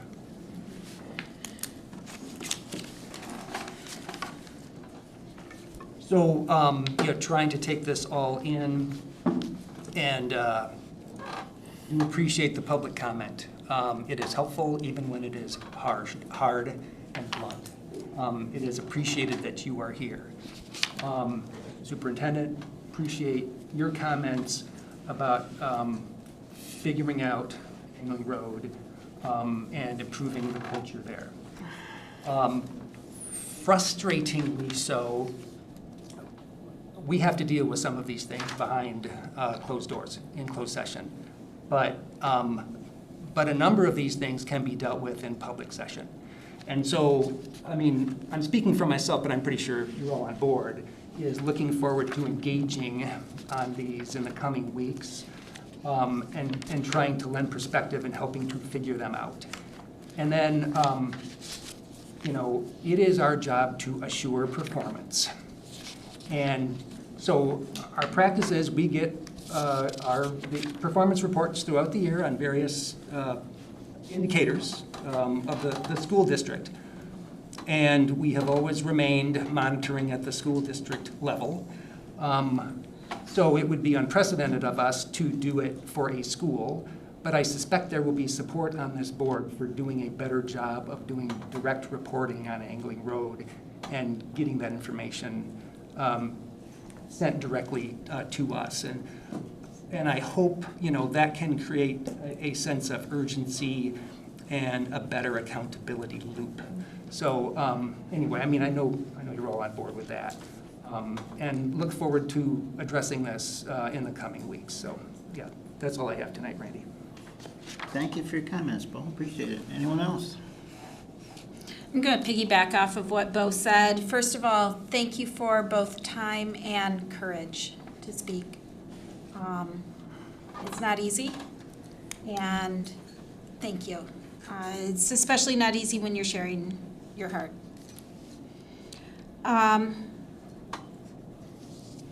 This board uses what's called policy governance, and we have, as the board, one employee, which is the superintendent, and then he reports to us, and we go from there. With policy governance, as Bo mentioned, we use monitoring reports to look for quality. And Bo and I recently took a training about policy governance to learn more about it and how it works. And one of those is that we have the ability of, as a board, to request specific monitoring reports. And that's not something that the board has done previously. And Bo used the word unprecedented. He's right. It's a change. It's something that I have already requested and that we have. I'm relatively sure I'm not the only one. because it's really hard to sit with your stomach so unsettled and know that we need to know what's going on. And when you don't have that assurance that you know what's going on, you need to find out. Whether that truth is easy, whether that truth is hard, you need to find out, because that is where you get accountability, and that's what I talk about with my kids at home, accountability. Sometimes that accountability is easy. Yep, did it, we're done, we're good. Sometimes it's not. And as humans, we make mistakes. And again, what I tell my kids, it's not so much the mistakes you make, it's what you do after those mistakes. To change, to learn, to grow.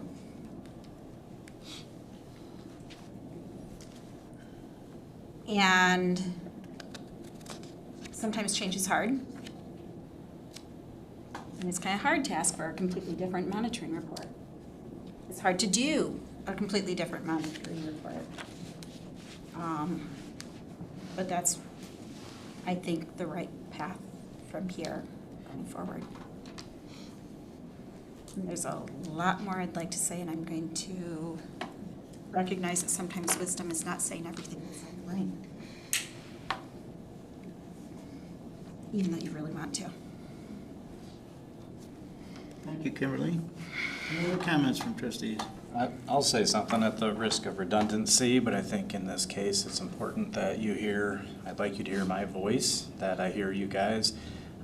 I've been unsettled by the allegations, the emails, the rumors. I appreciate the communication that you've had with us. Those emails were professional. They were courteous, but they were to your points. And I'm a parent. I got 3 kids in Portage. I grew up in Portage. I live here. This is my home. So this is not good news for me. This is not something I like hearing. As a board, as an administration, we have to proceed cautiously and properly. But I can tell you as a board, and as Bo was alluding to, this is a high priority for me to follow through with this. Unfortunately, with public situations, they can't happen always at a rapid pace or the pace we want to see it, and they can't all happen publicly the way we'd like to have it be, and emotionally. So it is, I think a lot of us feel this way. I don't think anyone's happy about this meeting we've had tonight, regardless of how it is. So I just want to reiterate that this is a priority for me, that Angling Road's important, and we hear you, I hear you, and we're going to work on coming to a resolution that parents can be proud of and Portage can be proud of. Thanks, Mark. I wasn't going to say anything, but I'll just reiterate what Mark just said. And believe me, this is so upsetting to me as a parent of Angling Road kids for 15 years. It's a sad, just a whole sad situation. So, my heart is here, and I'm committed to Superintendent Edwards making some great decisions to work this whole thing out. So that's all I can say. Thank you, Terry. Any other comments from trustees? I want to thank everybody for coming to speak. I know it is a challenge, and particularly when there are such strong feelings, particularly me, when I get strong feelings, I cry. That's what I do. So I hear all of you, and we feel it in our hearts. Unfortunately, we can't say some things that we particularly would like to say. Sometimes we're just kind of hamstrung that way. But as everyone else has said, we're working on it. I also don't want to leave the last speaker out of this, because this is a fascinating chart that was just presented. And while I know that we have a very pressing matter when it comes to angling, I also want to say that this needs to be addressed as well. And I'd like to see if we can look at this information closely and see what we can do about that. Thank you. Anyone else? Well, I guess I better. I really appreciate my colleagues on the board and Superintendent Edwards, and I also appreciate what you just said about statistics on England, or Northern and Central. I just want everybody to know, as a board, we are a good working unit. And this is only my second year, and I think we're really coming together and gelling as a team. And we're also committed to working with Superintendent Edwards. We know that strong board superintendent relationship is the best path toward academic success for all our students. And when that exists, districts are successful, and we're committed to making this relationship a successful one on all sides. And just have confidence that we'll find a way. Thank you, Mary Lou. I'd just like to thank all our speakers again, and let you know that we hear you, and appreciate your comments, Superintendent Edwards, that there's work to be done, and I know it'll get done, so we appreciate that. And okay, we have to go on with our agenda. Thank you all very much.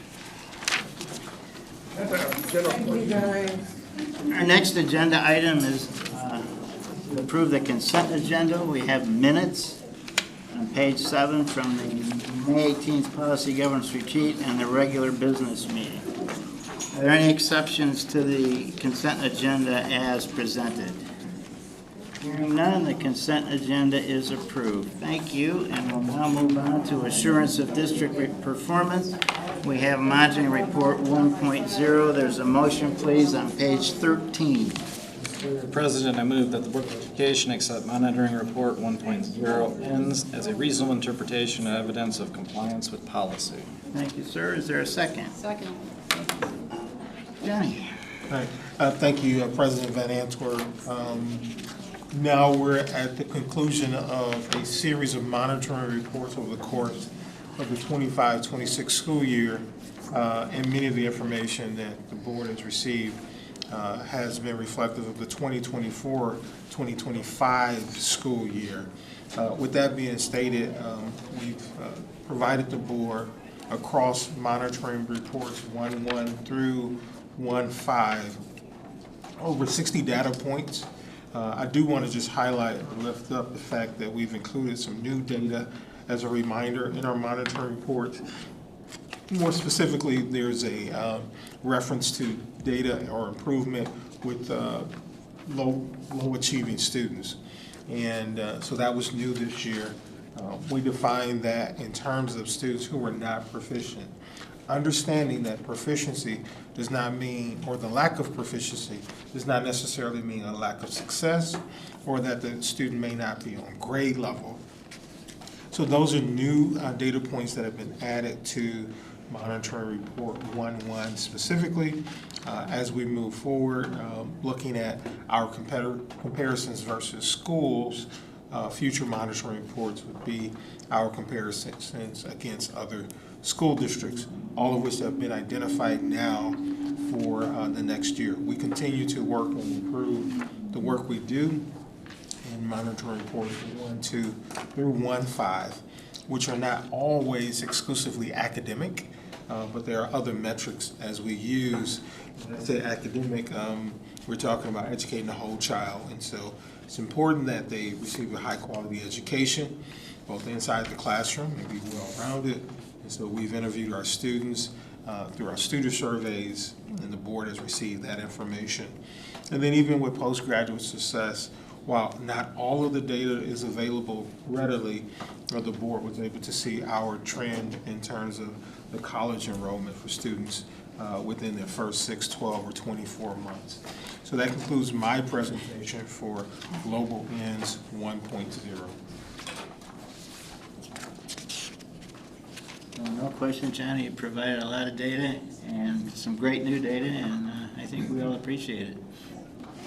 And we spent a number of hours in this board reviewing all that this past year, so appreciate the summary. Any other comments, questions? Okay then, all in favor of approving monitoring report 1.0, please say aye. Aye. Opposed? The motion passes. And we'll move to assurance of district report performance, monitoring report 2.0, global executive constraints. There's a motion, please, on page 20. Mr. President, I move that the Board of Education accept monitoring report 2.0, global executive constraint as a reasonable interpretation and evidence in compliance with policy. Thank you, Mark. Is there a second? Second. Thank you, Terry. Yes, sir. All right, 1.0 global is more about ends.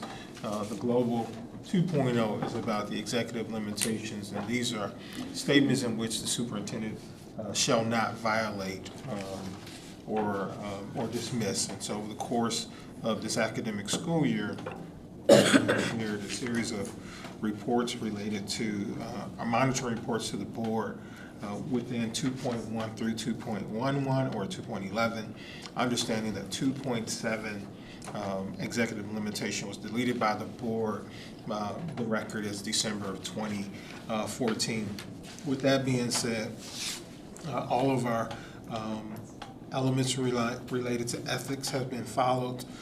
No conflict of interest or nepotism. We followed our bidding and procurement procedures. Our largest procedures or bidding typically becomes bond projects.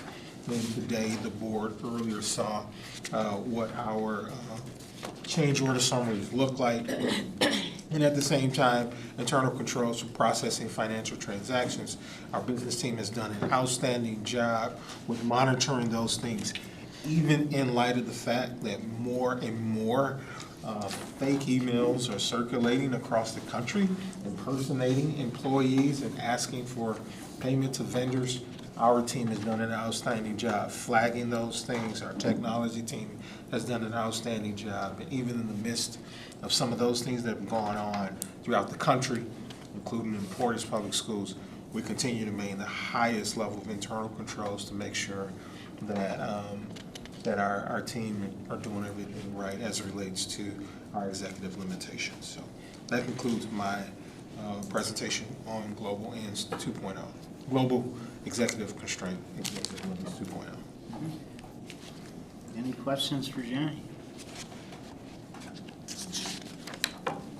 Johnny, your first year doing my reports, I think we all think you did a really good job. Thank you so much. I appreciate the board. Thank you. All those in favor of approving monitoring report 2.0, please say aye. Aye. Opposed? The motion passes and the global executive constraint item is approved. Our next item is a required action, the Michigan High School Athletic Association membership renewal. This is an annual request routine. Is there a motion, please? Mr. President, I move that the Board of Education approve the 2026-27 Michigan High School Athletic Association membership resolution as presented. Thank you, Terry. Is there a second? Second. Thank you. Any discussion? Okay, all those in favor of approving the Michigan High School Athletic Association membership renewal, please say aye. Aye. Opposed? The motion passes. And we'll now move to our next action item, and that's to set the budget hearing for June 29th. There's a motion, please, on page 29. Mr. President, I move that the Board of Education set the budget hearing for June 29th, 2026 at 6:30 p.m. as a part of the board's June 29th, 2026 regular business meeting agenda. Thank you, Emily. Is there a second? Second. Thank you. Any discussion? All those in favor of setting the budget hearing on June 29th, 2026, please say aye. Aye. Aye. Opposed? The motion passes. The budget hearing date is set. And we'll now move to our first discussion items, which is the final budget amendments.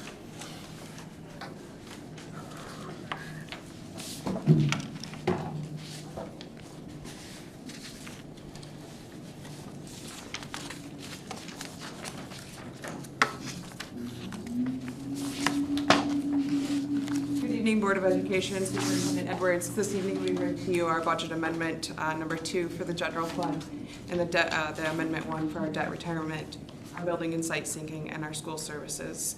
And we'll also provide a small glimpse into the 2026-27 preliminary budget. We're going to start off with the general fund, looking at revenues. We adjusted our property taxes. We had some adjustment to our foundation allowance. We had an adjustment also to the enhancement millage as well as our MIPSPERS categoricals. We don't typically see property tax adjustments this late in the year. However, we did receive a higher than expected delinquent property tax revenue amount. Those typically range in the 10,000s, and this year it was much higher than we typically receive. So that caused just a little bit of a sway in some local revenue that came in. The foundation allowance adjustment is primarily due to property tax adjustments because, as Paula and I have mentioned a couple times before, when the local property taxes come in, if they come in higher or lower, the state comes in and adjusts as well to put us at that $10,050 that we currently receive per student. That's also in the foundation allowance also includes 25E adjustments, which is foundation allowance amounts that are like a proration that we receive for students out of county, as well as from students from non-public and charter schools. The MIPSERS categoricals we've talked about once before, a couple times before. Those have quarterly adjustments, so those we made adjustments to that. We also have the addition of some CTE revenue. This is new revenue to the district, and that is because we've brought the marketing, the finance, and the woodshop CTE programs in district instead of them being housed at KRESA. We've also adjusted revenue for current year trends, primarily in the athletic entry fee area, as well as facility rentals. Your next slide is your visual of your revenues. We are up $2.9 million from amendment 1. We're also $4.8 million up from the preliminary budget that we brought you almost exactly a year ago. There were so many unknowns at that time that this just really shows how many unknowns we had at that time, not really knowing where the state was headed until October 7th of 2025, which is very unusual. There are increases in all areas except for the incoming transfers in other area, and that's due to a decrease in the food service indirect. State funding was our largest increase from Amendment 1. That's again because of those MIPSPERS categorical updates, and it also includes the addition of 22L2, which is the educator compensation categorical. Of that $2 million increase from the state sources from Amendment 1 to Amendment 2, 1.2 of that is that 22L2 compensation that we paid out in the end of May.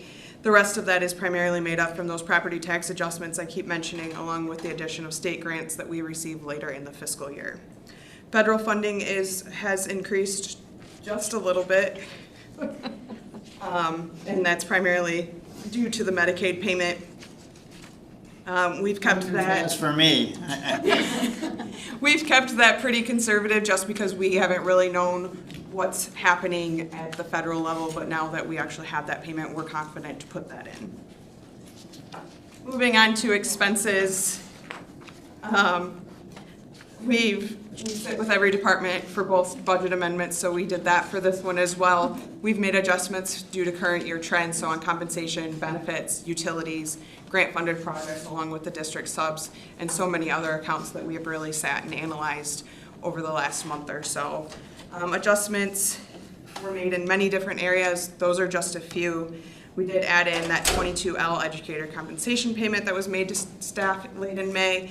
While that revenue we receive will net our expenses, it still shows an inflation in our revenue and our expenses. We also added so we entered a copier lease purchase agreement back in July of 2025, and there's an audit standard that we have to follow. And so there is a decent size expense increase due to that tech copier lease requirement. This next one is your high-level look at our general fund of expenditures. We are up $2.4 million from Amendment 1. As true to most school districts, the majority of our spending supports the people serving the students every day. Teachers, support staff, transportation, operations, and student support services. And to kind of put this into maybe like I don't want to say a smaller level view, but we're looking at 82 cents of every dollar is spent on people. And for districts, that's very common, but that's something to be proud about here, is that we're we're really investing in our staff. All other categories stayed about the same between the two amendments and were adjusted based on current year trends. Those categories are the expenditures that keep our schools functioning with instructional materials, technology, utilities, mental health, counseling, student services, all of those different things.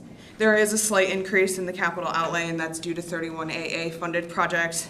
We are doing a door and lock update at West Middle School, along with an update to district-wide security cameras.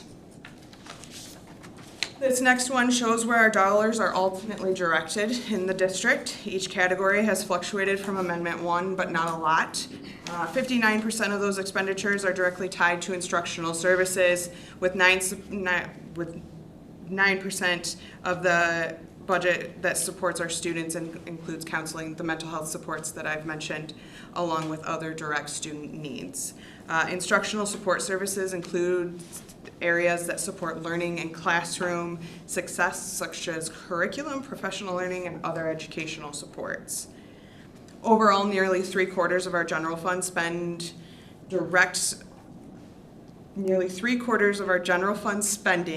directly support our students through instruction support, student support service, and instructional support. This really shows where our district dollars go: people, classrooms, student support, and maintaining healthy and safe learning environments. This next slide gives you a snapshot of where we ended the 24-25 school year as actual audited numbers. The second column gives you a snapshot of where we brought you the first amendment for the general fund, predicting that our unassigned fund balance would be 17.09%. The amendment that we're bringing you tonight shows that that excess deficit has decreased some since the amendment, down about 0.6 million. And overall, we're projecting the general fund unassigned balance to be 17.47% at year end. Moving on from the general fund is our smaller funds, building site and sinking fund. We have not amended this one yet. This one only comes at end of year. The rest of these budgets that I'll touch on briefly only come to you at end of year. Fund 41 is our previous building site and sinking fund levied in 2019. We are projecting to spend down that fund balance by approximately $1.9 million. This is a planned spend down. This fund only collected personal property tax that was sent to us, payment in lieu of property taxes from the state of Michigan, because they're collected and were awarded that in arrears, and it earned some interest dollars. But Fund 42 is our new building site and sinking fund that was approved by the voters in 2024. That one we are projecting to have a fund balance at year end for the first time, because it was just levied this year, of $1.1 million. We levied 0.4980 mils and used it on planned projects. The next one is our debt retirement fund. We are planned spend down of the fund balance of the debt retirement fund this year. We just did a new bond issuance and a refunding and received our bond proceeds last week, Thursday. We are planning to spend down about $3.8 million in the common debt fund. Levied 6.85 mils this year. The $4 million that we contributed towards the refunding helped be redeemed against our 2016 issuance. So all in all, we saved $6.6 million on our debt service payments by doing that refunding. Wow. Great.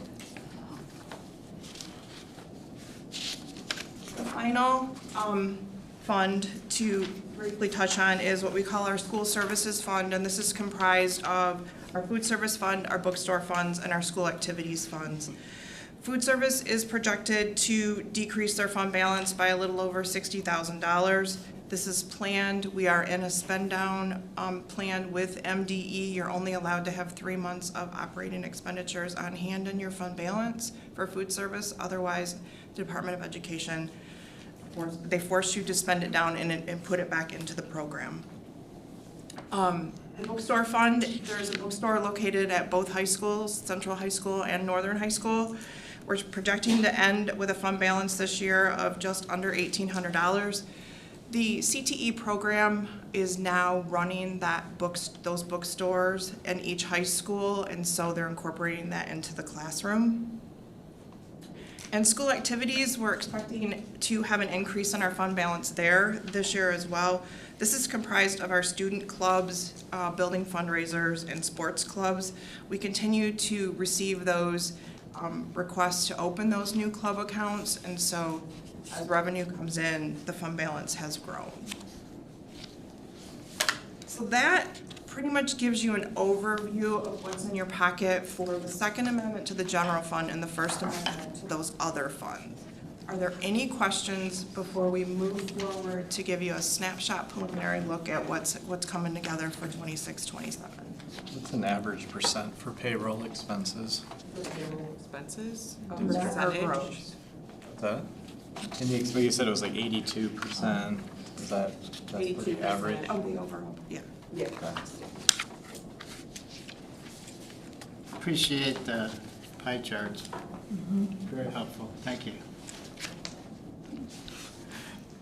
Okay, moving on to the 26-27. Moving on to the 26-27 budget. I spoke in the financial report at the end of May regarding this a little bit. As we all know, we have 3 proposals, all at the same per pupil foundation allowance rate of an additional $250 per pupil, which would bring us up to $10,300. It's very unusual to see that. I believe even Paula has said this is a first in her career after almost 30 years. So for this to happen it's a little out of the ordinary. We do know that conversations have started for the 26-27 school aid fund. The state is required by July 1st to pass that budget, but that can be a soft date, so to say. Something we felt that is worth mentioning is that 2 of those 3 proposals propose a different type of funding process for districts. The governor's includes a weighted pupil funding, while the Senate's is a 3-year average count, or the normal 90-10, 90 of the current fall semester, 10% of the previous spring semester. How that's exactly going to look for our district, we're unsure. Just because we don't know yet, and it has to pass through the government before that even happens. But the way that we understand it is that the government, or the governor's, the executive budget defines a weighted pupil and establishes weights for our English language learners and our economically disadvantaged students. So basically, instead of getting a 1.0 FTE like we currently do for them, we would get a higher than 1.0 FTE. Now, what that does for our Section 41 funding and our other English language learner funding, along with our 31A or at-risk funding, we're not sure how that's going to look either. Whereas the Senate proposes that 3-year average count, or the normal 90-10. Again, not sure exactly how that's going to look, but it has been mentioned that that will be put into place over time if that were to become legislature. We will also see multiple decreases in the MIPSR's categoricals. We'll go into that a little bit later, but we'll see a loss of 1 categorical and a decent sized decrease to one of our 147A categoricals, which are the MIPSR's specific funding. So usually our 2 unknowns are funding level and enrollment level, and we typically have to guess at each of those, but I really don't think we're gonna have to guess at the funding level for this year, because I'm pretty sure it's gonna be the 250. It's just the weighted funding is the only thing we don't know yet. Looking at preliminary numbers that have come across my desk the last few weeks, I am using the spring count from February and preliminary projected enrollment. I'm projecting that we're going to be down just under 17 FTE for next year. I don't know if that's going to be right, wrong, or indifferent, but it's the best number that I feel like going with right now for next year. We do know what our retirement rates are going to be. A few of those rates have come down due to the healthcare component being funded, but So we will be incorporating that into our budget projections. And just last year, Sammy and I actually started budgeting on individual employee retirement plans. There are several of them available through Officer Retirement Services. So it puts another layer of complexity, but hopefully a more dialed in number on that true retirement cost per employee. We will incorporate an increase in for our insurances for the second half of the year, the January through June of next year. And going into this preliminary budget, as of right now, we have 2 unsettled contracts for next year, the Bus Drivers Association and the Portage Support Professionals Association.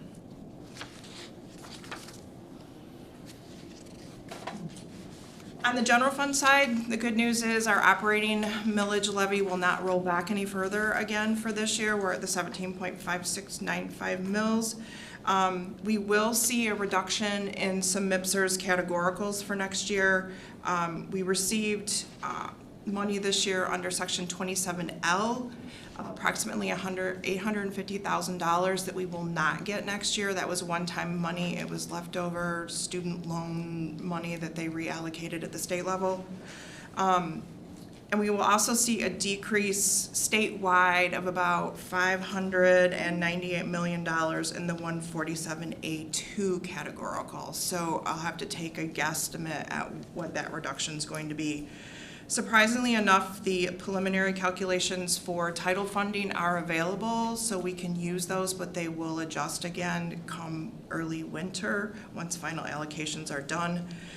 We will also, at this time, are aware that our 31AA funding left over from the 24-25 school year will need to be spent by September 30th of this year, or it has to be returned to the state of Michigan.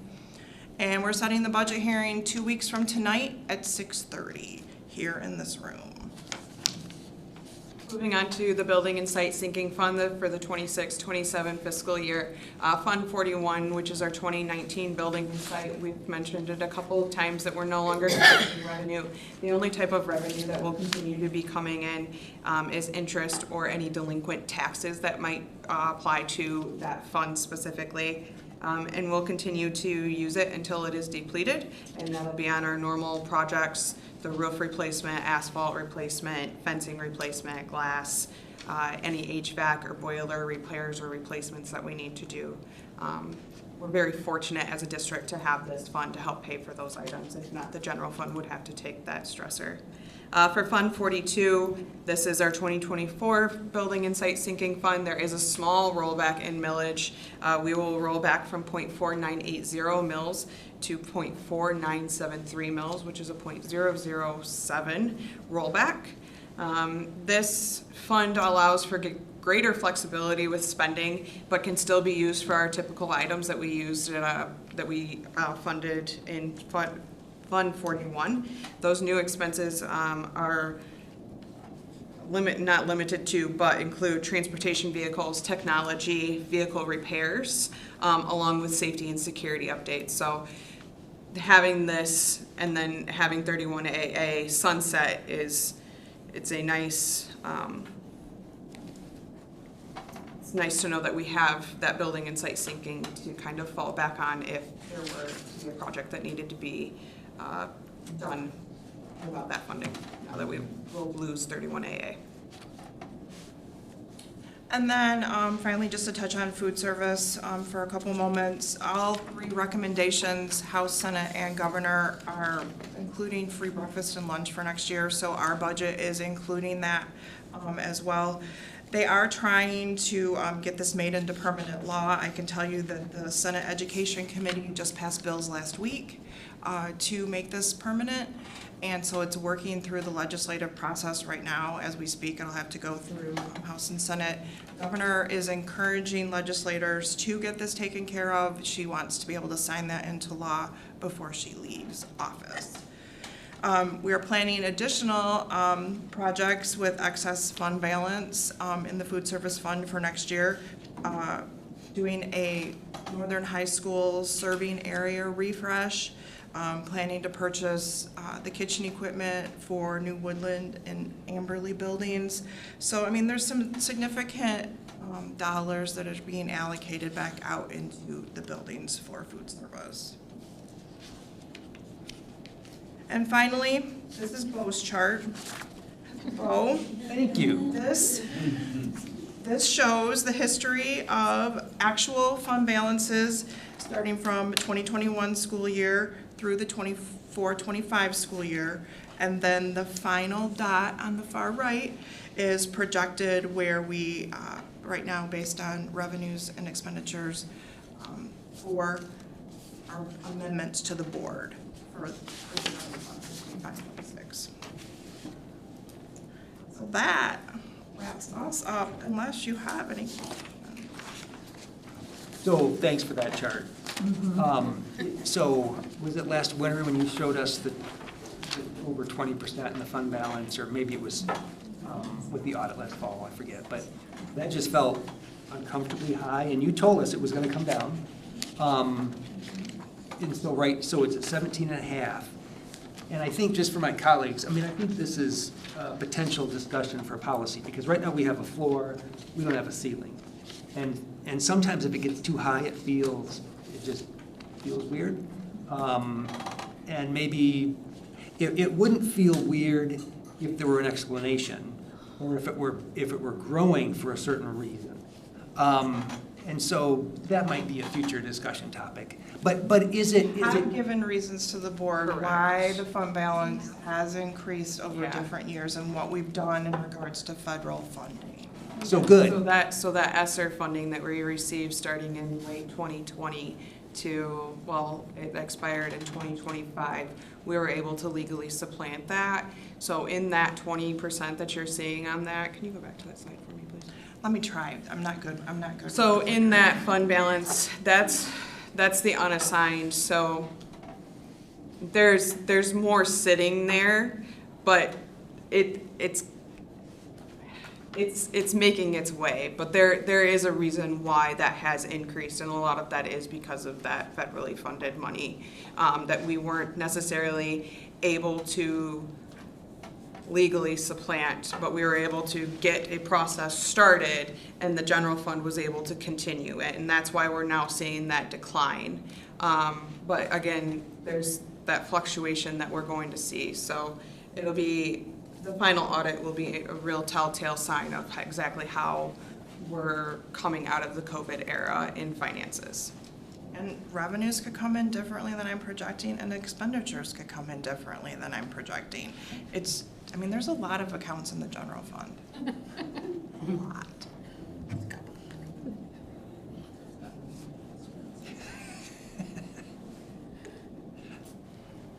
Anything else before? So the building and site, Fund 41 and 42, we're required to split it out like that now instead of all together? Because we can't spend the old money.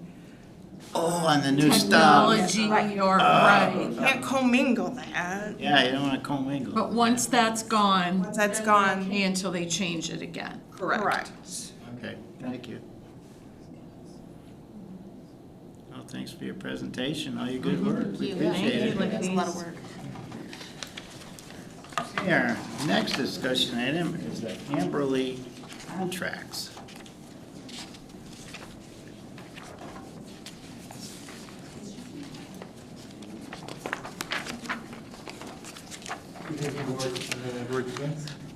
Very excited to bring you guys the Amberley contracts. This was bid pack 4, so the majority of the bidding took place in this bid round. We had very favorable results of it. I'm not going to steal any of Anastasia's thunder, but very pleased with the results, and I'm going to hand it over to her to kind of go through it, give you guys a high-level view. Again, if you guys have questions, we're happy to answer them at the end. Yours, Anastasia. Thank you, Russ. Hello again. So today we're here hoping for approval on the last bid pack, as he mentioned, for Amberley Elementary. We previously had bid out and awarded the demolition portion of the existing building to accommodate the new building, the earthwork, general trades for that existing building, the concrete, which was the early foundation package, and we had previously awarded the structural steel. So what we have here is the majority of the remainder, with the exception of a couple categories that we would still like to bid out next year. Those are gonna be the asphalt landscape, signage, playground, and the full building demo. And the reason is kind of the same as we bid these out before, to get favorable pricing. It doesn't make sense to bid out landscaping and get a contractor to hold pricing for 2 years. It doesn't make sense right now for the signage and the playground equipment. So really just trying to make sure that we're getting the most accurate numbers for the district on those. I don't want to read through the entire 32 bid categories that we are looking for award on, but I did want to touch on a couple of the higher items and also a couple of the items where we did not go with the low bidder. So again, we are looking for award on 32 bid categories. Between those 32 bid categories, we had 111 bidders. So we had excellent coverage across all the bid categories. Bid category 13, the miscellaneous metals, we ended up recommending FCC as the contractor, as the low bidder. Bennett Steel did not have a complete bid and had to withdraw their number. They would not be able to complete that contract. Bid category 23, the resilient athletic flooring, the dynamic sports, that was the initial low, did not bid per plans and specs, so would not be able to meet the contract.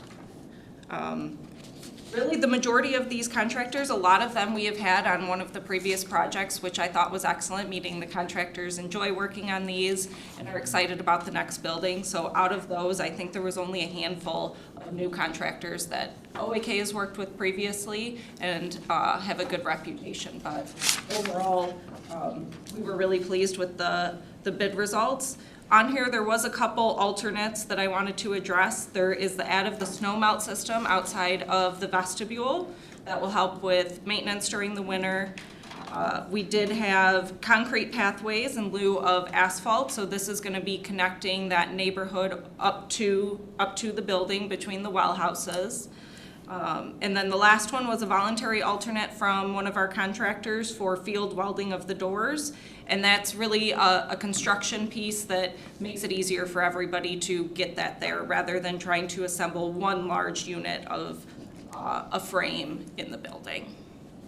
So overall, we came in $629,027 under our anticipated budget. Wow. Any questions? I appreciate the memo indicating where the majority of our bidders, are headquartered. That was good information. And a question about the sidewalk by the well houses, is that going to be redirected another way? It will take a new look, but there will still be a connection to that neighborhood over there. It won't, I don't think it's like a straight line like it is right now, but. Okay, it's still there. Yes, Yeah, it's gonna lead to there the will new still building. be a path, yes. It's good school's out, because I see the fences are already up and there's stuff going on over there. Oh, yeah, they're moving. Yeah, good. Just a quick observation. It's fascinating to see for some bids how close it is, and on other bids how far it is. Yes. Wow. Yeah, no, that's something we ask during those post-bid interviews too. So not only do we do an official interview with the low bidder, but OAK makes sure that we call and have a conversation with all of the next bidder, and sometimes even the ones after that, to ask that question on, hey, what do you think might have been the difference? Is there something that you were looking at a little bit differently? So we do call every single low and second low contractor on here. Thank you for sharing that. Of course. I wasn't aware of it, but that makes sense. Yeah, thank you. Any other questions? Would we be okay moving this to action this evening? Okay, motion please on page 47. Mr. President, I move that the Board of Education move the A and B contracts discussion item to action. Thank you. Is there a second? Second. Thank you. All those in favor of moving this discussion item to action, please say aye. Aye. Opposed? Motion passes, and now we have the action to approve. I'll do that too, please. I would move, please, that the Board of Education authorize Owen Ames Kimball Company to issue notices of pending award in the amounts indicated for Amberley Elementary School to contractors and suppliers listed on the award summary sheet pending confirmation that all requirements of the contract documents have been met. Furthermore, upon receipt by Owen Ames Kimball Company of appropriate documentation, contracts will be awarded to these contractors and suppliers by Portage Public Schools in the amount of $24,393,216. The funds for which will come from the 2021-2025 fund. Thanks for trying to save us some money, Mary. Is there a second, please? Second. Thank you. All those in favor of approving the Amberley contracts, please say aye. Aye. Opposed? Thank you. The Amberley contracts are approved. Thank you guys very much. Thank you. Thank you. And now we'll move to our third discussion item, surveillance camera refresh. Evening, trustees, Superintendent Edwards. As Sammy and Paula alluded to, the surveillance camera refresh for the district. So I recommend tonight that the Board of Ed approve the contract with Moss Audio Corporation in an amount not to exceed $138,146.77, which includes a 10% contingency for the purpose of replacing and installing surveillance cameras. This project will be funded with remaining 2025-31 AA funds. So just a little background, surveillance cameras themselves, the physical ones that are on the walls, not these guys, these are PTZ cameras that are a little fancier, but surveillance cameras have a lifespan of about 7 to 10 years. We have noticed over the last year and a half plus that we've been having problems with one specific model throughout many of our buildings, and we are focusing this refresh on those specific cameras. So we've identified 85 of them in the district, and you can see in the chart spread across the different buildings. Sorry, I made it a little small on there. In addition, with this project, we want to install 2 brand new camera installations that are on the back side of both of the high school stadium press boxes, where we've had some break-in issues, and so we're hoping to that their surveillance will prevent some of that, or at least help us to identify what's going on. So just a little more information. We continue to assess all of our equipment, but security cameras, knowing that they have that lifespan, we'll just continue to look at the various models that we have. These ones happen to be the H3 of Vigilon. No one really cares about that, but there's an H4, there's an H5, there's those different series of camera models, and we do carry speaking of all of the budgets in the general fund, we do have a small repair budget to do that. It's not enough to address 85 cameras. So it might address 2 or 3 that get broken from who knows what, or just decide to fail during the year. So that's the purpose for this. This service specifically was competitively bid through the formal bidding process. We received 3 responses. Moss Audio was both the lowest and met all of our expectations and our requirements. Happy to answer any of the questions. You do have a copy of the bid responses, and you can see the various projects and where they're all broken out in the different schools. If it's possible and the board would be comfortable, we would like to ask for approval tonight, if possible, to get this work done this summer. Happy to answer any questions you may have. Any questions for Ryan? Everybody okay moving this to action? Okay, we have a motion, please. Sure, Mr. President, I move that the Board of Education move the surveillance camera refresh discussion item to action. Is there a second? Second. Thank you. All those in favor of moving the surveillance camera refresh to action, please say aye. Aye. Aye. Opposed? That passes. Now we need an action to approve. Mr. President, I move that the Board of Education approve a contract with Moss Audio Corporation in an amount not to exceed $138,146.77, which includes a 10% contingency to replace and install surveillance cameras, with funding for the project coming from the 2025-31 AA funds. Thank you. Is there a second? Second. Okay, all those in favor of approving the surveillance camera refresh purchase, please say aye. Aye. Opposed? The motion passes. Another hard sell, Ryan. I know. Okay. Our next discussion item is the curriculum purchase. Welcome. Hello, and good evening, Superintendent Edwards and Board of Trustees. I'm here tonight on behalf of myself and Dr. Speaker Kurtzinger. This is a very common occurrence at this time of year, and so we want to bring the recommendation to the board that the purchase for curriculum materials for the 26-27 school year, which includes replacement texts, specific course materials, intervention materials, and all consumables for young 5s through 12th grade. The total cost is not to exceed $375,000 from the 26-27 general budget. And we go through our typical process and make sure that we're using any competitive bidding that needs to be done in our consortiums as well in our cooperatives. So you have the breakdown of all the categories that we include, like replacement texts, intervention materials, and those course specifics with those amounts that we typically spend on them. So the projected cost for these materials is above the board's threshold, which is why we come every year at this time to present this to you. So in order for us to make sure we're ready July 1 to start that ordering process to get the materials in time for school, we are asking that you would move this recommendation to action if you feel that it's necessary. So I'm here to answer any questions you might have about this typical process. Any questions? I think we're all pro curriculum purchase. Is there a motion, please, to move this item to action? Mr. President, I move that the Board of Education move the curriculum purchase discussion item to action. Thank you, Mark. Is there a second? Second. Thank you. All those in favor of moving the discussion item to action, please say aye. Aye. Opposed?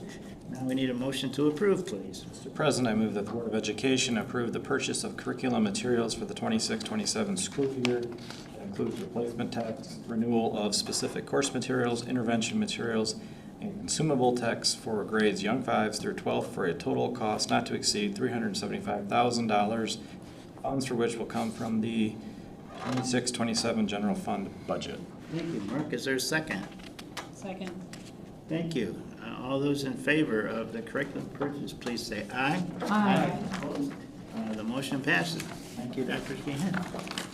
Okay, our last item is we're going to go into closed session, and we need a motion to do that, please. Mr. President, I move that the Board of Education move into closed session to discuss collective bargaining strategy and security planning as allowed under the Open Meetings Act, Section 8C and 8K respectively. Thank you. Is there a second, please? Second. And this is a roll call vote, please. Mrs. Rohr? Yes. Mrs. Crawford? Yes. Mrs. Navari? Yes. Mr. Van Antwerp? Yes. Mr. Snyder? Yes. Ms. Larson? Yes. Dr. Stevenson? Very good. The motion passes, and we'll go into closed session. We're going to wait till the camera's off. All that good stuff. I understand. Anybody needs to take a break for a minute or two, go ahead.